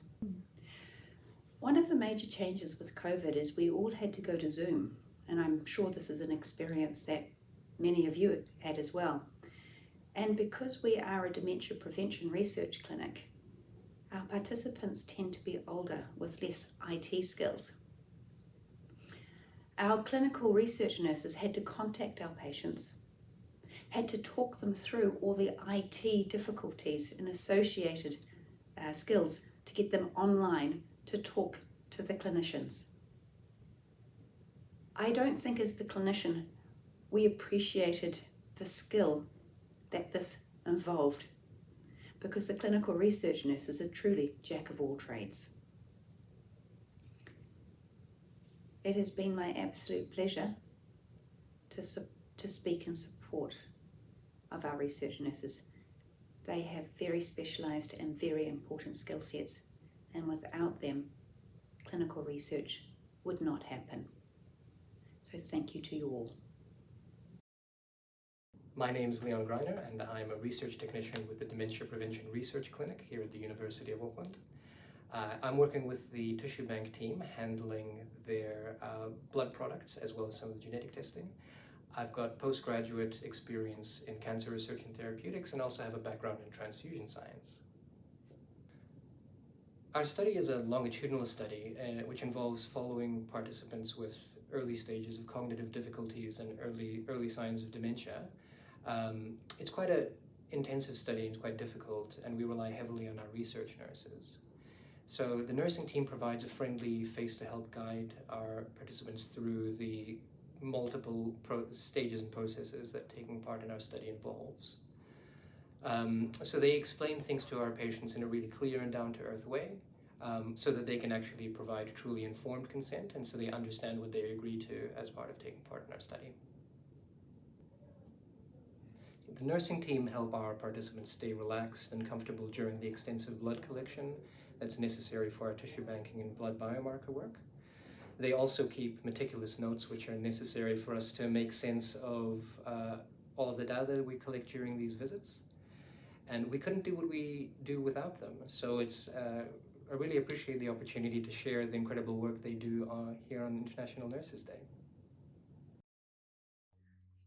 Hello, my name is Christina Ilse and I'm a clinical neuropsychologist. I work in a research capacity at the Dementia Prevention Research Clinic for Brain Research New Zealand. The Dementia Prevention Research Clinic is running a longitudinal project investigating biomarkers in dementia. We enroll participants aged 55 years and older, and participants visit the research clinic every 1 to 2 years. Our research clinic comprises neuropsychologists, neurologists, old age psychiatrists, blood technicians, and most importantly, research nurses. The research nurse role in the clinic is vital and wide-ranging. So when our participants come along to clinic, they're first met by the research nurse, so they're really the public-facing part of the clinic, and the research nurse takes the participant to various different clinical assessments such as MRI scanning, FDG PET scanning, and along to their appointment with the neuropsychologist and the neurologist. The nurses have comprehensive knowledge of these procedures and can therefore complete safety screenings with participants and provide support and answer any questions. Our nurses build excellent and lasting and supportive relationships with our participants and their families. This plays a key role in participant retention in this longitudinal study design. Our research nurses look after all of the patient scheduling. So they have to juggle the patient time, they have to juggle the clinician time, the availability on the MRI scanner, our clinical research space, and they have to put all of that together and follow up appointments over a number of years.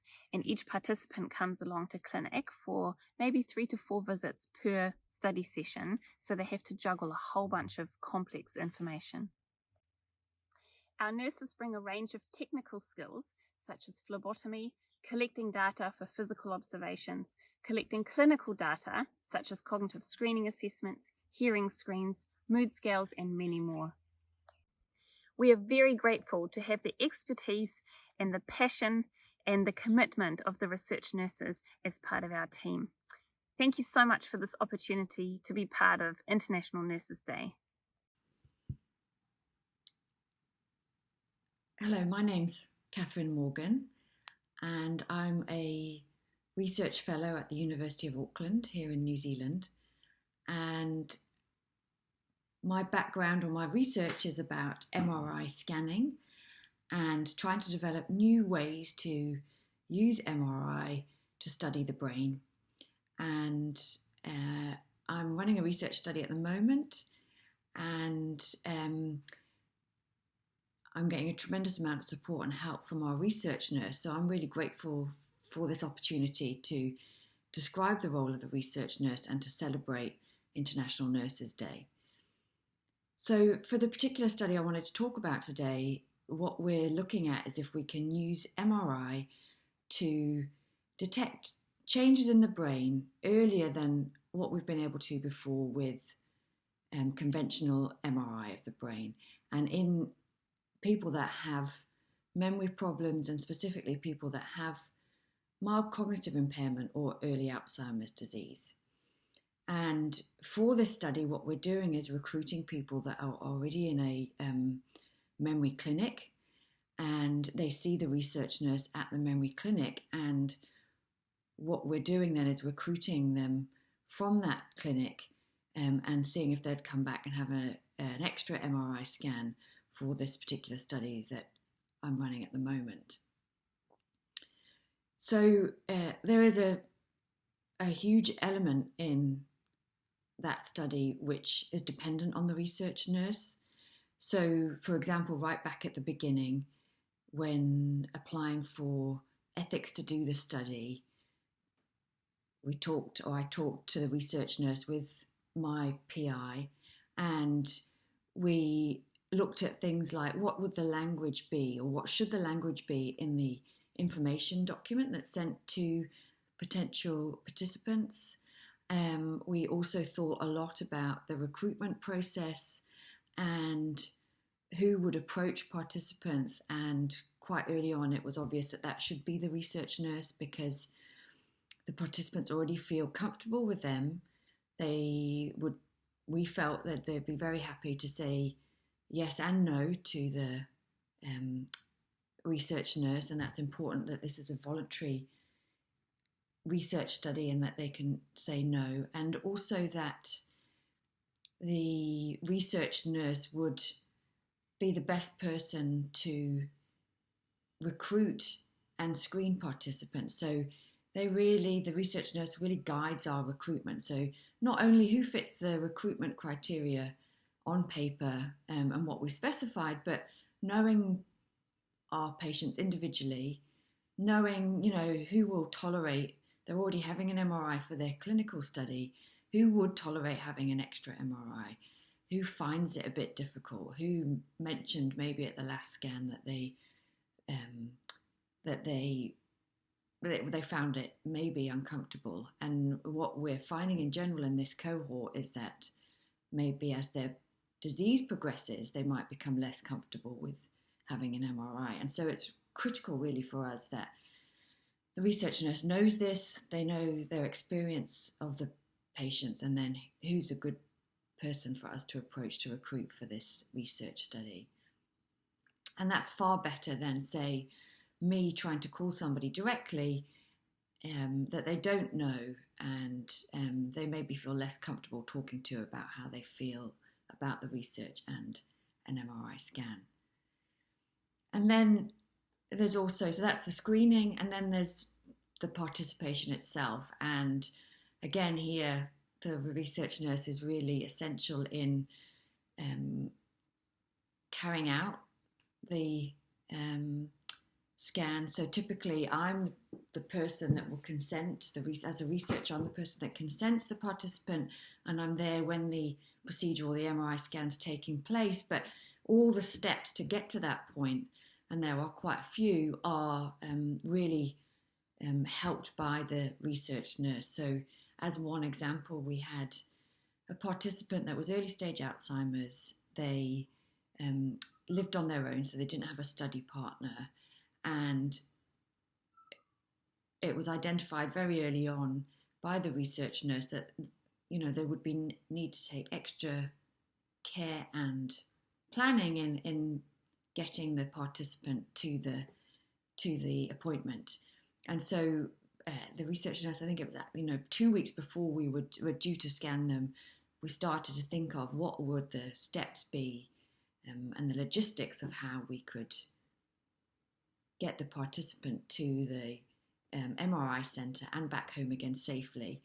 And then when the person arrives, for this particular person and everybody else, I'm really guided by the research nurse in what will make that patient comfortable when they get to the MRI centre. What are the things that that patient needs and would be nice for that patient to make them have the best experience that they can coming in and carrying out this research with us. So that's always done in our centre with this research nurse, with a real warmth and care.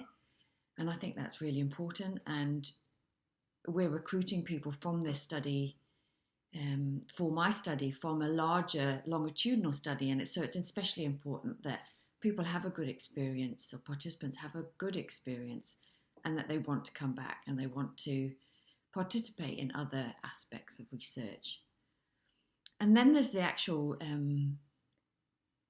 practical part of carrying out the research and deadlines we have. So, for example, our nurse always makes sure, and the nurses make sure that we stick to the protocols. You know, we've got well-defined protocols of how to carry out the research and also the clinical assessments.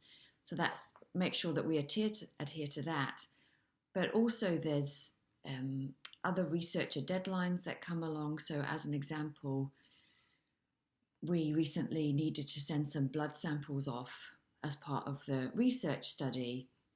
We had participants coming through, but the timing of that, making sure that the last set of participants we came through, the research nurse would then make sure it's all organised well, that their blood samples are taken so that we can ship off the blood samples from the most recent participant to this other researcher overseas to collect the blood samples. So, and to analyse the blood samples. And that's all the practicalities of making the research study run, you know, taking the blood samples herself or asking someone else to, knowing who the right person was, to get that done quickly. And we are really appreciative of that. So that's just a small snippet of what we're doing. And I hope I've been able to portray that for us, or for me, that the research nurse really is the heart of the research study. They work with us to guide recruitment, participation, make sure the patient is comfortable and well looked after.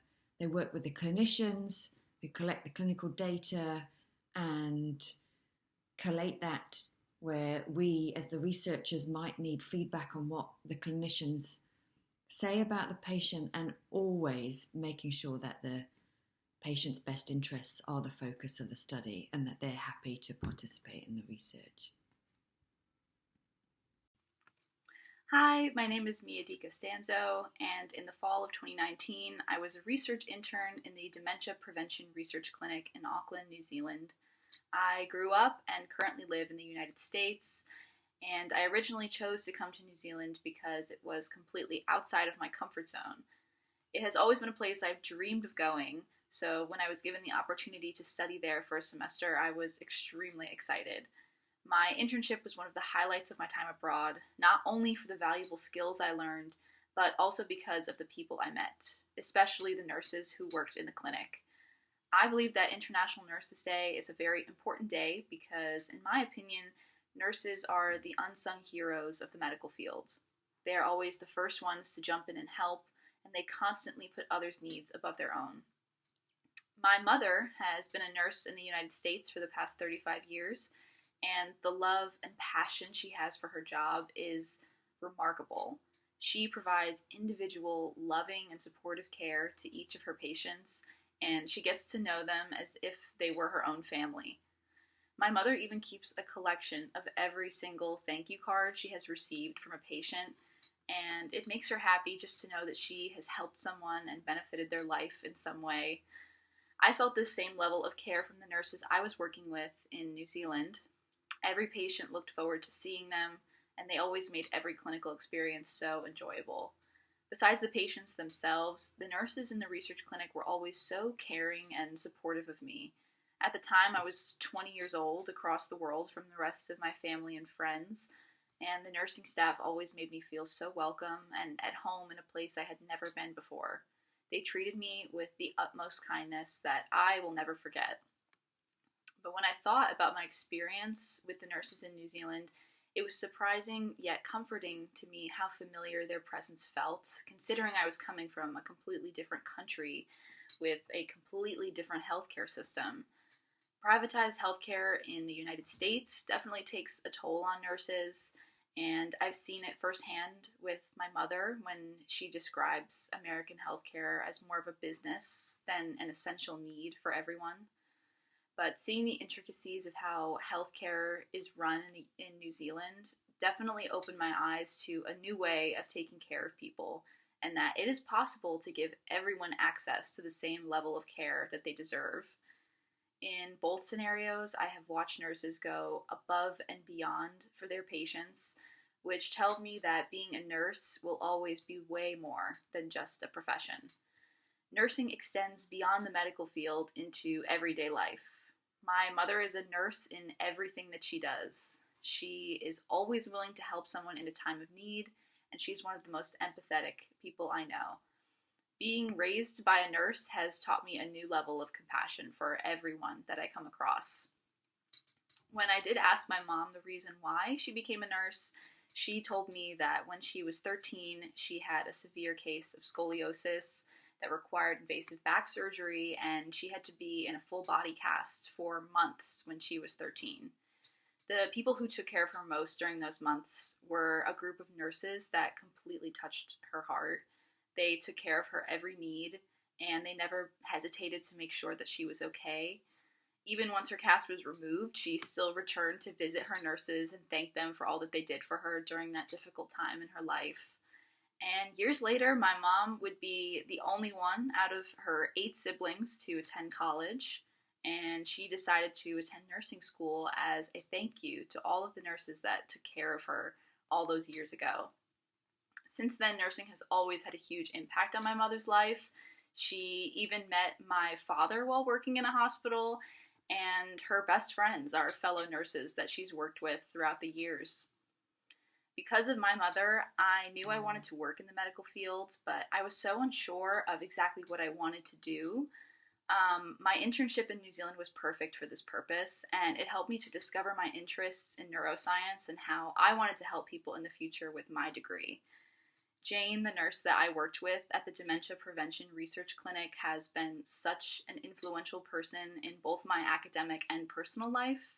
During my time with her, I saw how much she loved each and every one of her patients and always had their best interest in mind. Considering this was my first time working in a research clinic, she always made me feel welcome and never hesitated to answer any of my questions about the clinic or life in New Zealand in general. The concept of an internship in America is very different from an internship in New Zealand. From the places I worked in the United States, the idea of an intern is someone who gets coffee or runs errands, but in New Zealand, Jane explained to me that the purpose of my internship was to learn and to find what I was passionate about. She put me in contact with all different researchers in the department, and I was even included in weekly meetings to discuss the patients and their appointments for the upcoming weeks. She made me feel like a valuable member of the team and that my voice mattered. I even got to spend some time outside of the clinic with Jane and her family. They took me to spots around Auckland that I hadn't had the chance to visit, and they gave me the first home-cooked meal I had had in months, which made me happier than words can express. This showed me that even for Jane, being a nurse was more than just a job for her. It is her whole life, and seeing the way she cared for me and the people around her exemplifies that. It has almost been 2 years since I've been to New Zealand, and I still keep in touch with Jane and her family. I hope that I'll be able to come visit them sometime, but I'm so glad to have met her because she is one of the greatest examples of how amazing nurses can be. So since my time in New Zealand, I've gone on to continue to pursue my degree in neuroscience in New York at Vassar College, and I'll be graduating this June with a bachelor's degree. I will continue in this line of work starting this summer as a research assistant at the Tisch Multiple Sclerosis Research Center in New York City. I also hope to attend graduate school and continue research in neurodegenerative diseases to help people and make an impact. All of this would not have been possible without the learning experiences I had in New Zealand and the people I met who showed me just how much I love being in this line of work. I hope that in my future endeavors, I can provide the same care and support for the people I work with that I have seen from the nurses in my life. International Nurses Day is extremely special to me because not only was I raised by a nurse, but I have continued to be surrounded by nurses all my life who show me that this job has extreme importance in the medical field and beyond. It is important to society as well, and nurses everywhere are making the world a better place. I would never want to live in a world without nurses, and I think that nurses should be celebrated every day for their sacrifices that they make for their community's health and well-being. I want to give a big thank you to the nurses and the work that they do to benefit lives all over the world, especially for your role during this pandemic. The countless lives that nurses have saved in just the past year will never be forgotten.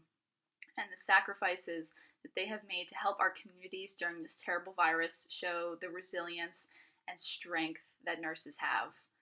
This makes International Nurses Day even more special this year. And I hope that as we leave this pandemic, we can begin to have a deeper understanding of how nurses touch the lives of everyone they meet. Thank you.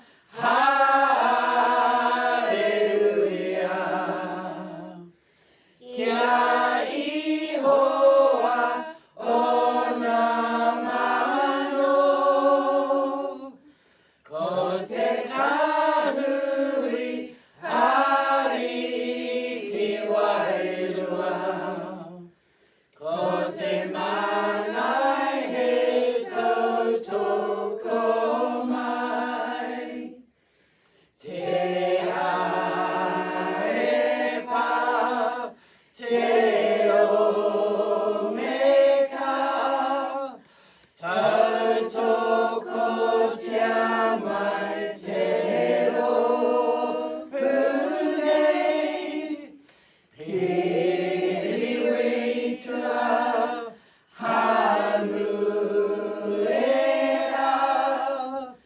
ka puta, ka ora e. Ka puta, ka ora e. Goodbye, Kate. Hello, my name is Faye. I used to be Faye Driscoll before the war. Now I'm Faye Hall. And as you can tell by my lovely accent, I trained in London at St George's Hospital in Tooting, or Tooting as they say in South London. I did my enrolled nurse training first, and then went on to do my registered nurse training. So it was a separate course, and that was in North London, in Edgware and Barnet, in an old military hospital. So that was entertaining. Came back to work at St George's Hospital in orthopaedics, which was pretty backbreaking in those days. Lots of striker frames and Stoke Mandeville beds, and lots of pushing and pulling, pelvic traction. But that was great. I'd migrated into human nursing from being an animal nurse, or a veterinary nurse if you like, and also worked in a zoo at one point. So I went back to work in St George's in orthopaedics, and then I decided that I would quite like a family, and my husband and I moved out to Essex. So we moved out there to Colchester, which is a military town, and I gave up nursing for a while I had my children. We moved on to Clacton-on-Sea in Essex, then on to Ipswich in Suffolk. So it was while I'd finished my having my children, and then while I was in Suffolk, I decided to do my midwifery training when the children all started school. So I did that in Colchester and Chelmsford. Did that for about, I don't know how long actually, about 8 or 9 years there, I suppose. And then moved to lovely sunny New Zealand, and here I am. Worked in the delivery suite actually at Auckland City Hospital. So I did that for about 6 years, and then took a management post on the women's assessment unit and day assessment units. I only did that for 2 years and took a more clinical role after that, senior clinical role in midwifery. Branched back into nursing after I decided that midwifery wasn't for me, and joined a research study at the time called the NIPA study, which was actually in Southampton, Singapore and Auckland. It was an international study. So I did that for about 3 years actually, 3.5 years. That was really, really cool, and it was such a contrast to be able to look after people that actually weren't sick. So you sort of, the edges are blurred there between research and clinical work, because you're still viewing people as patients, and I think that's the big difference in research, is that you're not actually responsible for their clinical needs as such.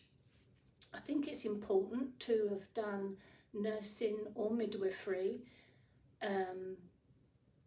extensively really before you go into research. I think it's important that you understand illness and what can go wrong to be able to empathise with people, and it makes your involvement in the research projects more valid, more reliable, when you can understand what's happened to them in the past maybe. So anyway, so I joined the Liggins Institute as a research nurse and midwife. This research project I joined after my job with an integrative clinic as a nurse was closed down due to the COVID-19 pandemic. So I've returned to research nursing, and this time with the brain research team in Auckland, again, it's a real steep learning curve for me, because although I've been nursing, it's quite specialised brain research, and lots of education required, lots of reiteration and reminders about my anatomy and physiology from my line manager. It's actually really good, and you can see that what you're doing is going to make a difference for generations to come. Probably not for your client group. That's another hard thing about research, is that by the time results are published and data is analysed, it probably isn't going to do your client group an awful lot of good. But where genetics are concerned, most research projects have got a genetic component. Yeah, it's going to be really important for generations to come. So that's why I've chosen to go into research. I'm also, just so that you know, I've just finished doing my COVID vaccination course. So I should be doing that maybe one day of a weekend in the future as well, just to help out. I think it's important to feel valued and that your skills are needed. Yeah, that's it really. Research is very valuable. Of course it's valuable. It's the foundation of all of our learning is research. You have to have a background of knowledge of and experience of working with sick and vulnerable people before you go into research, I would suggest. It's no good doing that as a new grad. You do need some experience of illness and people in hospital, I think, people in their own homes that are sick as well. So any sort of community nursing before you do research, because it is important that you empathise with people and you have an understanding of any condition that they may be suffering from at the time of enrolment into the study. But you know, it's a happy thing, because they're pretty well, then you know, that's why they're accepted into the study. So it is a different way of looking at people in research. When I first started my nurse training at St George's in South London, it was a little bit of a different training then. It was hospital based, and you did feel very valued and important. You were made to look a certain way. Your uniforms were laundered. You had to take your breaks. You were looked after in a way by your tutors, your clinical tutors. You had them with you all the time. You were hospital based. There was a little bit of classroom education in blocks, usually of about 6 weeks block. I saw nurse education change. It went from learning perhaps more clinical skills on the job from other nurses and your clinical tutors to more classroom-based, university-focused education. I can see the advantages and disadvantages of both types of education. My midwifery in particular was a degree course, and that was self-directed learning, a lot of that, and looking at more sociological aspects of life rather than maybe disease focused and stuff that you learn in nursing. I think I felt more valued in my old nurse training, because it's always been an underpaid, undervalued job in that respect. But what they made up for years ago was the fact that there were little things they did for you, like your laundering. There were staff clubs, there were social clubs on site. It was quite meaningful. You felt more of a team, whereas I think the education nowadays has come a long way from that. There's a huge theory practice gap, and I think sometimes people feel like barriers that were meant to be broken down by maybe your uniforms and your starchiness, if you like, as is also there's some respect has gone from people outside of nursing. So I think nursing has lost something. I think we've lost a bit of respect for ourselves. Nursing is a communal profession, and we learn from each other, and it's important that we stick together and that we all join the same professional body, and so that we have a voice. We might be undervalued in our salary. It's not reflected, it does not reflect the skills and the expertise that you will have. But that doesn't mean that we should undervalue ourselves, and I think we need to have more respect for our profession and advocate things. Speak out on the bus when people aren't wearing a mask and all those things, because we are valuable and we are an essential part of the community we live in. People look to you for answers, and I think it's important that we know the answers, really. Yeah, International Nurses Day is our opportunity to get together and to celebrate who we are, and it's fantastic that there are organisations that want to hear from us and know what we have to say about everything. So International Nurses Day is not just about blowing up a few balloons and eating a few cupcakes and a glass of bubbly, but it's about celebrating who we are, and get together with as many people as you can and celebrate yourself. We're a great bunch, really. Tēnā koutou katoa. Ko airaki te manga, ko mātou te awa.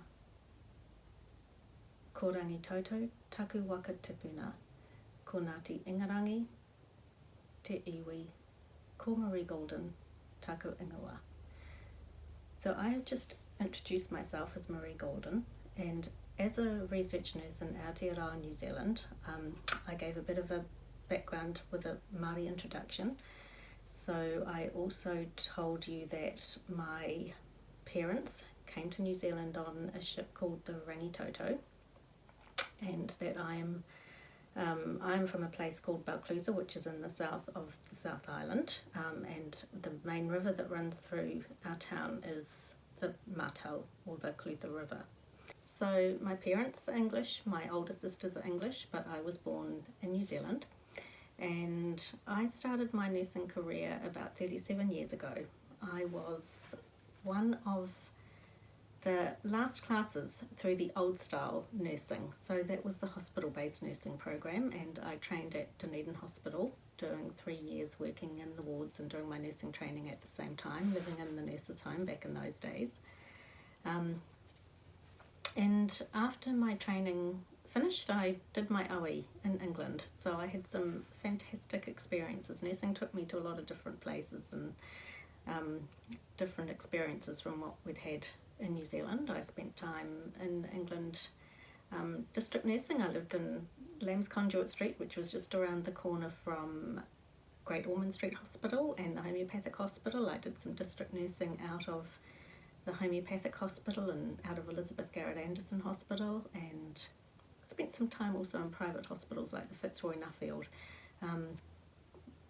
Fantastic experiences, met some really interesting people, not the sort of people that I necessarily would have envisaged meeting when I was just a small girl growing up in a town of 5,000. Then coming back to New Zealand again, back in the late 80s, I started working in the paediatric ward, and I guess I had always been drawn to that area. When I was doing my training, I can remember going into the paediatric ward and just feeling like like I'd come home a little bit in some respects. It just felt very familiar. When I was a very small girl, only about 2.5 or 3, I broke my arm and ended up in hospital. Back in those days, parents couldn't stay overnight with you, and I can remember waving my mum goodbye and being really tearful about waving her goodbye. And she said to me that she'll come back to feed me breakfast in the morning, and the next morning one of the nurses tried to feed me some breakfast. I must have been a bit of a horror. I can remember throwing a bowl of Weet-Bix in her face because I couldn't communicate my distress to her that my mum had said she would come back and feed me, and this nurse trying to feed me. There was just something really wrong to me. It meant that mum wasn't coming back because she'd said that she would be back there to do it. And I don't know if that was anything about what took me into nursing or why that paediatric ward felt so familiar, but there was something around that. Communication for me has always been a big part of my nursing. So I worked in the paediatric ward for probably 5 or 6 or more years, and after I'd taken maternity leave when my first daughter was born, I actually brought her in to do a research study at the university because back then sudden infant death research was a big research topic. And I kind of sidelined into research nursing, I guess, because after I'd done that study and was speaking to the people that were involved in it, who I also knew from back in my time working in paediatrics, I just asked them to let me know if there were any job opportunities coming up in that area, and about 12 months later I started working in that area as well, doing research work into sudden infant death syndrome and a variety of other projects as well. So when my family was sort of middle childhood, we moved from Dunedin to Christchurch, a move of about sort of 200 odd miles or so, and I started working when I moved to Christchurch with the Canterbury Child Development Group, which is a group based at Canterbury University studying various aspects of child development. So I was still keeping on with that sort of paediatric child-based focus that I'd had. I really enjoyed the work in the child development group. Unfortunately, my work with the child development group, I think, was impacted by the Christchurch earthquakes that happened back in 2010 and 2011, and our principal investigator ended up going to work in America for a number of years. So although some of our projects were still continuing, we had a bit of a gap in some of the other projects, and that was the time or the opportunity that I took to work within some research studies at the New Zealand Brain Research Institute. So at the New Zealand Brain Institute we do a lot of research into the ageing brain. We've got a longitudinal Parkinson's disease study that's been going for a very long time, and we also have the Dementia Prevention Research Clinics, of which I'm the Christchurch Co-ordinator. So I went from working with a younger group of children in the population that I was working with to older adults, and they've been a fantastic group to work with. The people that I work with are fabulous, and the participants that I work with are fabulous as well, and I guess it's those people that draw me to the work and that keep me involved in the work. Doing things like this for colleagues when they ask you to do things like this, it doesn't happen very often, but it's always a pleasure to be able to help out our colleagues and to meet up with our colleagues. When we're in different sites, we don't necessarily get to see each other in person all that much, so we really value those times that we do. So a typical day for me, I guess, my role involves, so I'm first point of contact for all our participants when they're interested in the study in the first place, and then when people do decide to come into the study, I see them along with one of our neurologists or specialists in the elderly. We see them and get a really full history from them.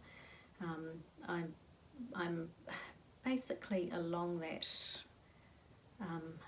path with them through the various things that are happening throughout the study. So I will explain what happens to them in their neuropsychological assessment and do the bookings for that. I'll be there with them when they have their MRI scans. I'll be there with them when they go and have their PET-CT scans, and I'm there with them when they come in to do their fasting bloods as well.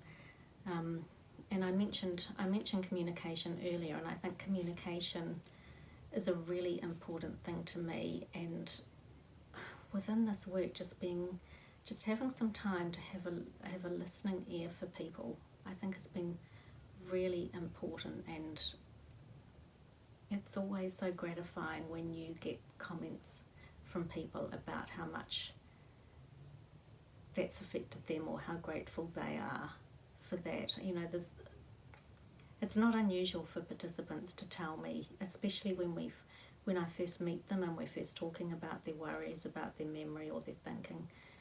It's not unusual for them to tell me things that afterwards they'll say they've never told anyone before, or that's been something that happened a long time ago in their lives that they haven't ever really talked about, and how much better they feel for having been able to talk to someone about it. It's obviously not the same thing for everyone, but it's not an uncommon theme, and I feel very privileged to be in that position and have these people put that trust into me with their stories and with what's been happening for them. The other thing that we've been doing a lot, we've had Brain Awareness Month just finishing up really in New Zealand, and as part of the DPRC and as part of the New Zealand Brain Research Institute, in fact in Christchurch, we've had a lot of events going on for Brain Awareness Month. So we've had morning teas for our participants where we've had some of our investigators talking to them about the research that we've been doing, and they're all so appreciative of getting that appreciation, I guess, for what they're doing and hearing about the research that's going on. They're all very, very involved and very invested in the research. We have been down to local community centres and had our principal investigators give talks about dementia and talks about Parkinson's disease, and being a part of that as well. That's not my general day-to-day stuff, but that has been a big part of the last month or so as well. So meeting our participants there, and also meeting potentially new participants too who've come along because they've got some worries or concerns and wanting to find out more. I guess as in a lot of things when you go into nursing, it's the people that you're working with, as in the participants, but also your collegial relationships. For me that's so important. I mean, collegial relationships in nursing, I feel, are a really, you go through some times together that I can remember when I first started nursing, one of my tutors saying, you'll meet friends here that you meet in class that'll be friends for the rest of your life. And I think with nursing, there's some things that you go through together and with those people that you're nursing alongside that they're hard things to explain to people outside of that, but it certainly forges strong bonds. And in fact, the DPRC nurse in Dunedin, Debra, and I both worked on the paediatric ward in Dunedin many, many years ago, so it was so fantastic to see her again in the DPRCs and to remake those contacts. So yeah, the people that I work with, colleagues, and the people that I work with with our research participants, I think they're what make the job and make me, I pretty much I feel really lucky with the job that I do. I really enjoy going to work every day, which is something that not a lot of people can necessarily say about their jobs. So thank you. Kia ora, my name is Amanda Rose Sesio. I am an honours student at the University of Auckland in psychology and just finished my undergrad. I am half Samoan, born and raised in West Auckland, and have been in the realm of nurses working at the DPRC as a summer student. So I became familiar and involved in the Dementia Prevention Research Clinic through Brain Research New Zealand, of which I was really fortunate to receive a Pacific Scholarship through them, which meant I just did a sort of summer internship, sort of exploring how the clinic worked and how research works in this area of dementia. So on a day-to-day basis in the clinic, I followed along with the different areas, so followed along with the nurses and the neuropsychologists and doctors, MRI, and sort of me coming in the space as a Pacific person, I had to sort of look at the ways that the clinic works and could work for Pacific people as well, and hopefully to get more Pacific people on board in research, both behind the scenes and as participants. So, yeah. I'm in the field of cognitive neuropsychology, which is super relevant to dementia and sort of looking at not only the clinical side but the behavioural outcome. And my research involves sort of this also a cultural aspect, and it's really important to who I am and what I do in terms of sort of, again, diversifying these places and getting us to think more broadly about how different cultures see the world and interact with the world. So having the experience at the clinic gave me a lot of hope that there's room to make positive change that will be beneficial for also my communities, and that there's a real strive towards changing the landscape of research to include more diverse identities and experiences. At the clinic, I followed the nurses probably the most out of anyone, and I think a lot of that was the nurses were my guidance through every other factor of the clinic, whether that be the doctors or the neuropsychologists. And I guess in that way I think it's testimony to the role of nurses, in that they sort of dabble in every area and have the skill of being able to be so multifaceted and communicate with everyday patients who walk in from all walks of life to super high researchers and clinical professionals and things like that. So for me the role of the nurses was just so pivotal and meant that I felt a sense of belonging in a place that can feel quite clinical, and I think the nurses bring that really human aspect to this sort of clinical space. I think sometimes the greatest skill for me coming into this space, especially as a Pacific woman, a Samoan woman,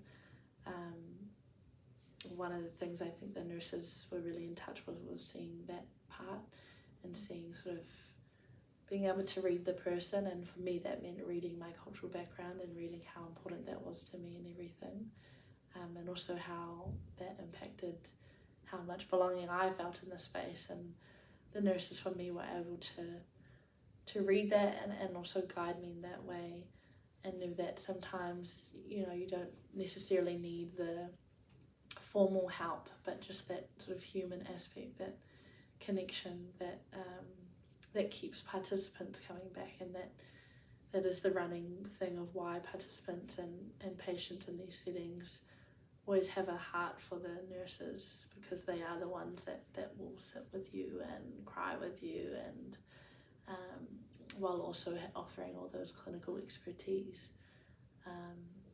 And so for me it was sort of mimicked the same thing as you know, I'm not a patient at the clinic, but at the same time, I felt just as comfortable going to the nurses, more so than other, you know, professionals, because they're just less scary and they're just much more approachable and human. Yeah, I think nurses are the bridge between sort of the clinical professionals and the people, and I think my mum is a nurse as well, and she's like super knowledgeable and has all this knowledge, but what really makes her is her care for people, and I think that runs across all nurses, that, you know, they have all these expertise, but it's really the care that makes it so different compared to sort of the other healthcare professionals. And without a care for your patients or participants, you know, what's no worth in the work. And a lot of nurses do that out of the will of their own heart and their own care, and don't necessarily get the appreciation that sort of they deserve in that way. But I think it's all that extra labour that nurses put in, and that extra time that they put into making sure that participants or patients are well cared for, that their health is cared for, but just they're cared for in general. But yeah. Growing up with having a mum who's also a nurse, and also my stepfather's a nurse, is interesting, because my mum knew the clinical side of things, so I couldn't complain about anything because she knew it was actually wrong. It was just me complaining. But so much of it is hearing my mum's stories of her day, and hearing, you know, sometimes where she would have to fight the doctors on behalf of the patient, or, you know, fight the higher ups on behalf of the patient, and often that meant, you know, confronting a status differential, and seeing the way my mum fought for the people is so much of how I aspire to be in the work I do, in the sense that, you know, my mum is an underdog in her field, even as she's climbed up the ranks in her career, but she still fights as if she's, you know, on top, and she fights for the right reasons. And I think that's a lot of nurses who have an orientation to people and orientation to care, that they have that priority of people, and that often means, you know, getting out of your comfort zone. And unfortunately, it is the thing of nurses, again, are not appreciated for just how hard that is, and how it takes such a special person to be a nurse. But I'm grateful to have my mum as a role model as a nurse, because the way she is in her work is the way I hope to be in my work as well. Yeah. Thank you for this opportunity to be able to celebrate International Nurses Day. It's for me, it's such an honour, because it means honouring the people that I've worked with and who've guided me, and the nurses who remain my mentors today, and also my mother, who was a nurse. I will continuously say nurses are underappreciated. I just think they hold the healthcare space together, and they're the gel of the place. And I've said that to so many people, and am grateful to be able to appreciate them in this way. And yeah, thanks to all the nurses. Torepa, putti putti kanne hana makukwe kato mehe mekokwe taku topumo perira wa tenne umae torepa awe putti putti kanne hana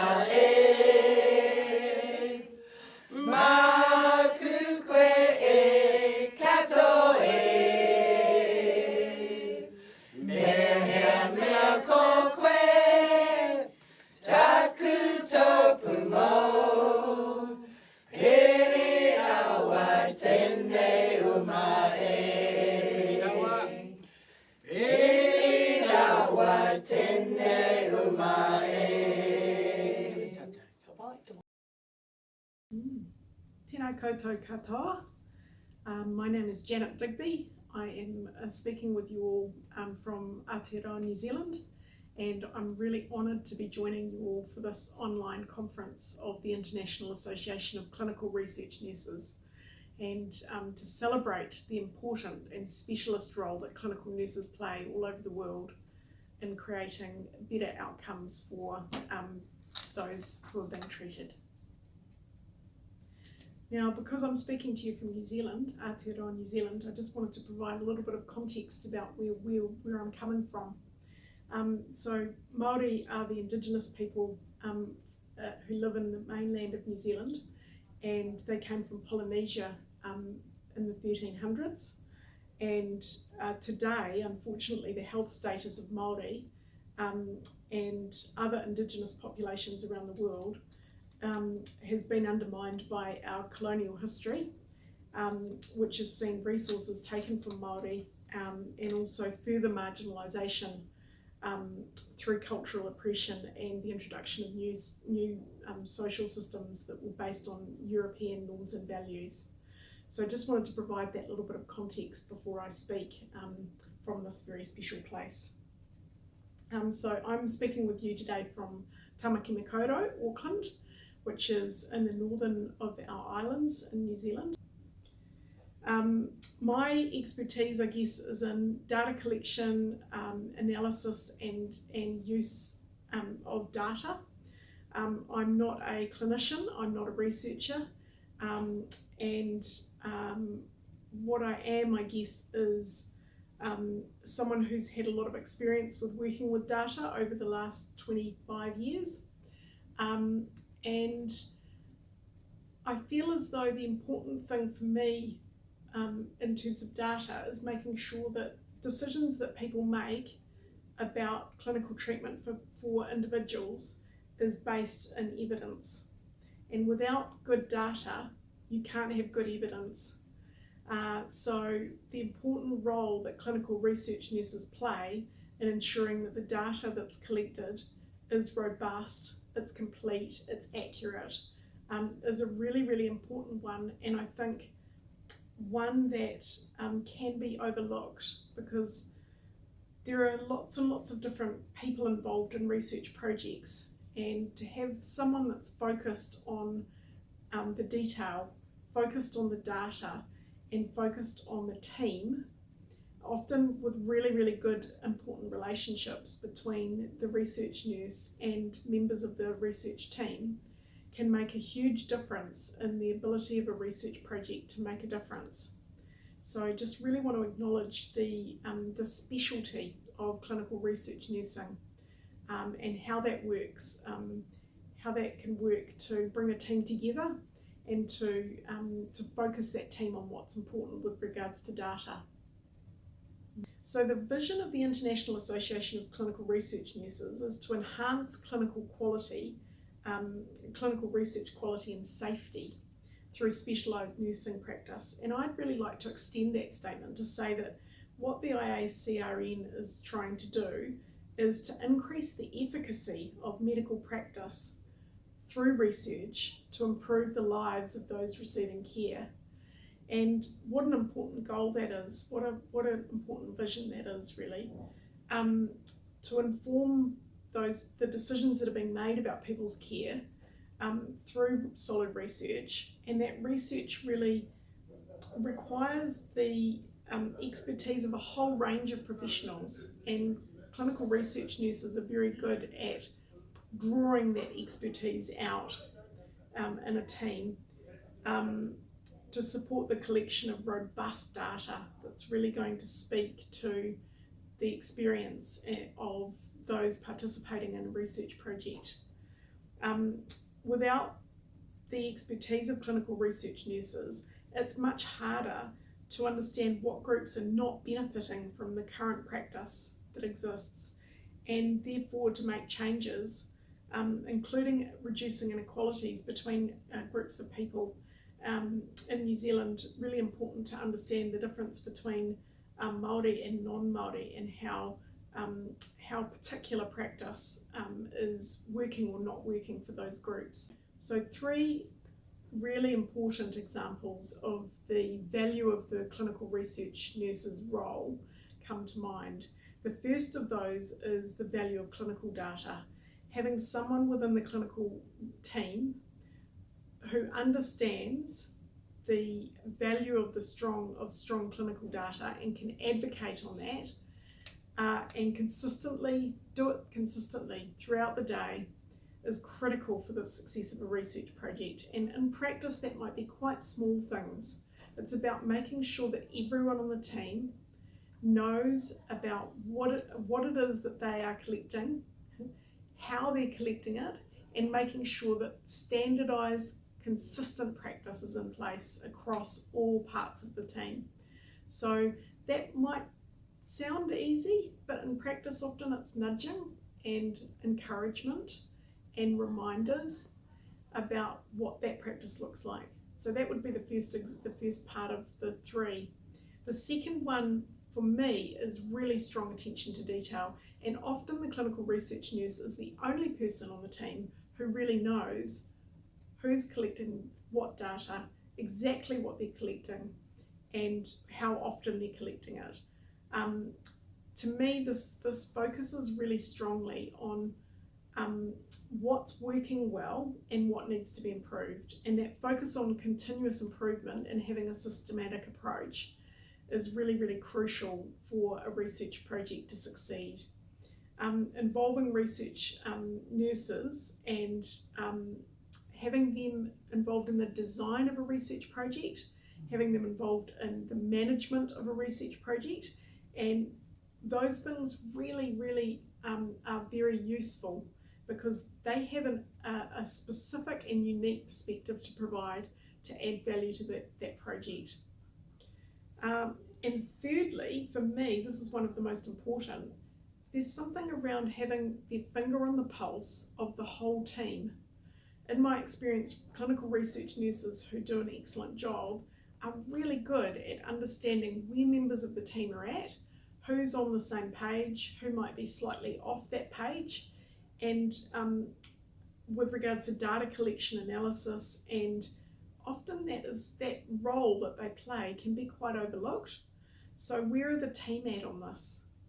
What's the pulse of the team? Is there anyone who isn't quite on board yet?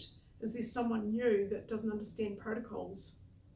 A big part of implementing databases, in my experience, even among people who are used to research, is something around changing culture.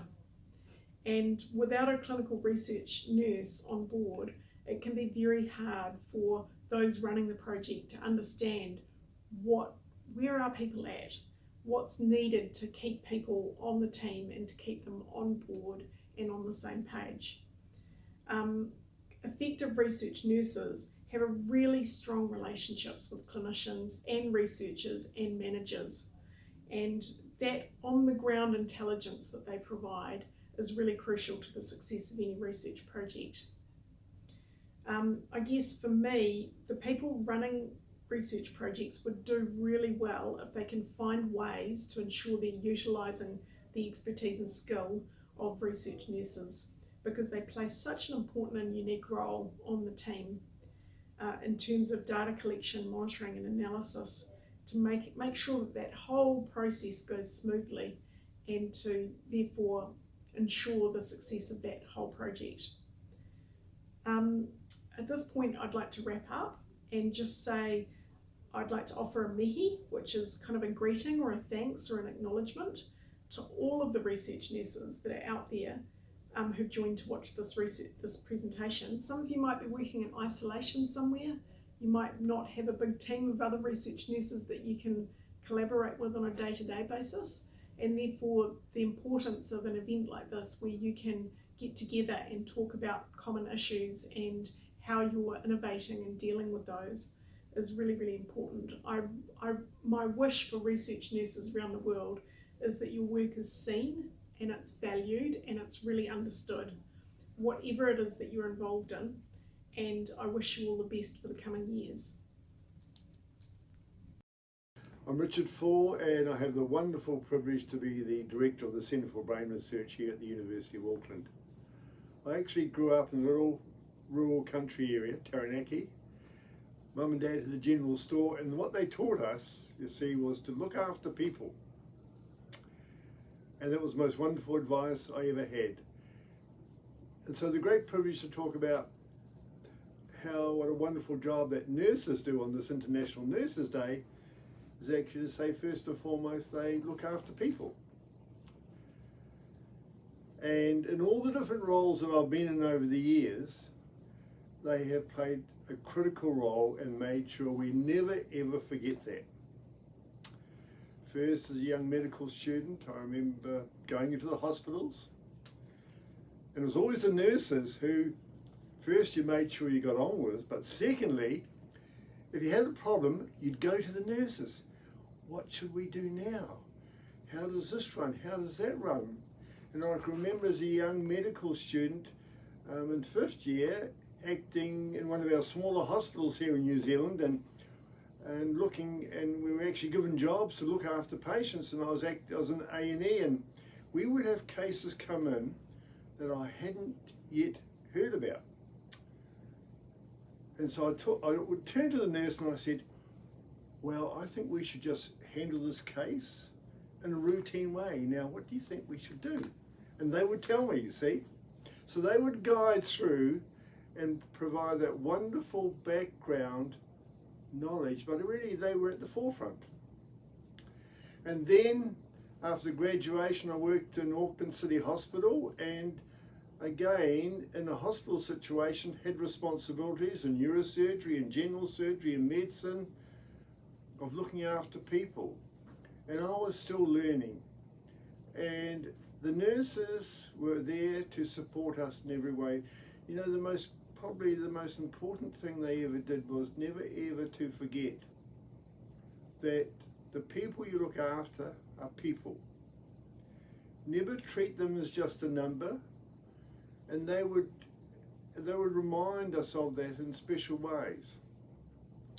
So you see, early on in my career, nurses had a big impact, and one of my sons actually went into nursing and now doing medicine. But the most wonderful thing he brings to medicine now is all he learned as a nurse. He has humanity, he has the caring gene, he goes the extra mile, he listens to people, he sees the patient as a person who is on an equal footing with all the healthcare professionals. You know, one of the most interesting things in the early years in clinical medicine in the hospital that I found was that when you went on ward rounds, the consultant would be at the front. It was like a coronation procession.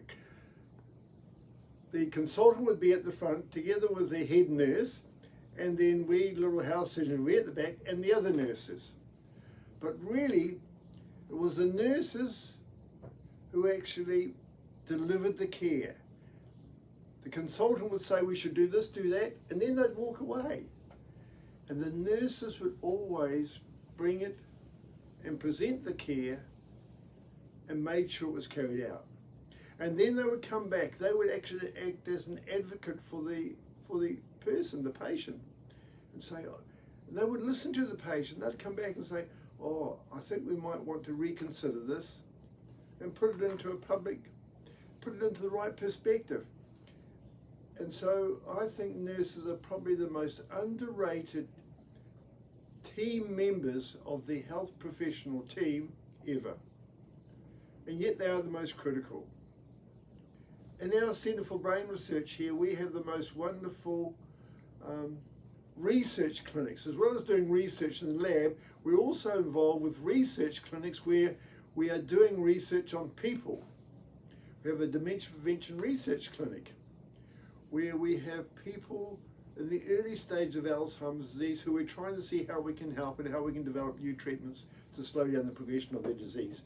Now, it's the nurses in these teams which make sure that first we look after the participants, We book them in, look after their need, keep them informed of why things are happening, how they're happening, and make that work. So they are critical in all our research on people. So as the director of the Centre for Brain Research, it's a wonderful job because the centre consists of a diverse group of over 80 research groups across the university. These are scientists, brain scientists. Also, there's a group of clinicians over in the hospital who we work with so that we can study people with the disease. And then there's the community who support us in the most wonderful ways through brain donation, through donation of all their background, experiences in health and so on. Right at the very centre of that, of course, is that we want to advance research to help people. Nurses and our research nurses right across the centre, they are in the clinics, they provide the monitoring of our clinical trials. Everywhere where we cross over and interact with people, you will find a nurse, you'll find a research nurse, you'll find a specialist nurse. And so they are the glue, the unheralded glue, and are never given the recognition they deserve. You know, without that glue, things would not hold together. So they are critical for our Centre for Brain Research. They're critical wherever we come in contact with people, and of course we come in contact with people at every level.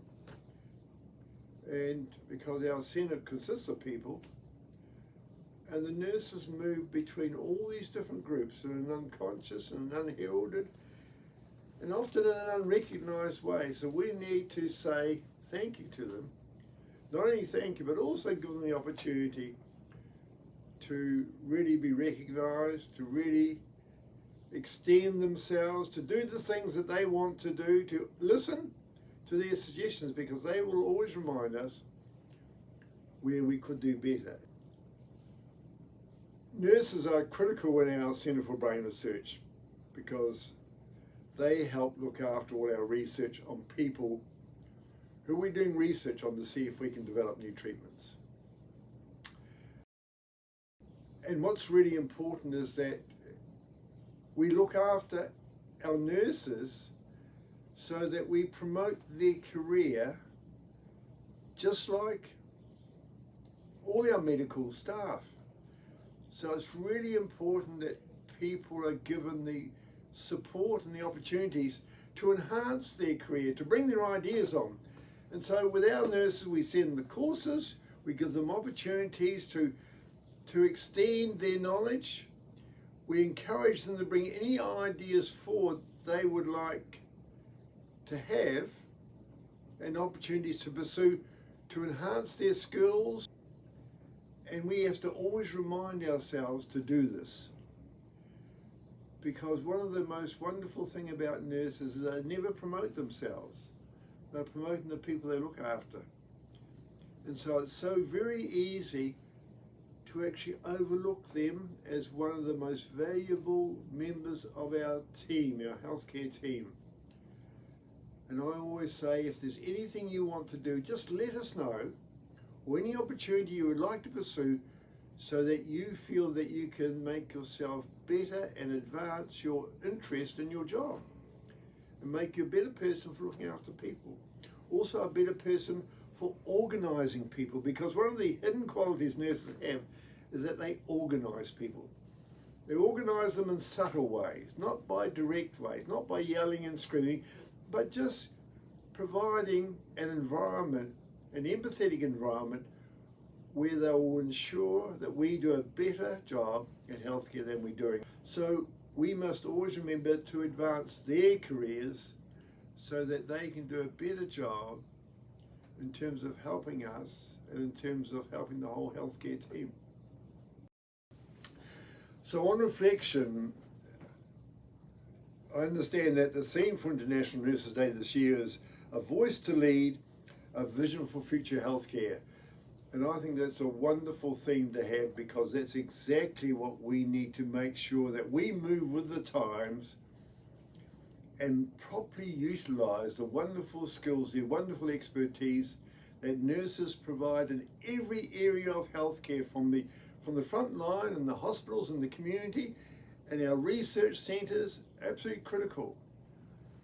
So, in conclusion, I think nurses are the most wonderful people in the world because they have a heart of gold, they have a big heart, and they'll just go the extra mile. They remind us why we're here. They remind us how to make sure we never forget that that people that we're looking after are actually people who have a family, who have feelings, who have a point of view. They ensure that we treat them as a person. And that is the most wonderful thing in the world. And in a way, I'd call them the Mother Teresas of our healthcare system.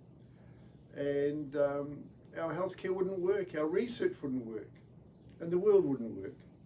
So on this International Nurses Day, I think we should honour them and put them right at the top of the pedestal and say thank you for the most wonderful job you do, because it is critical.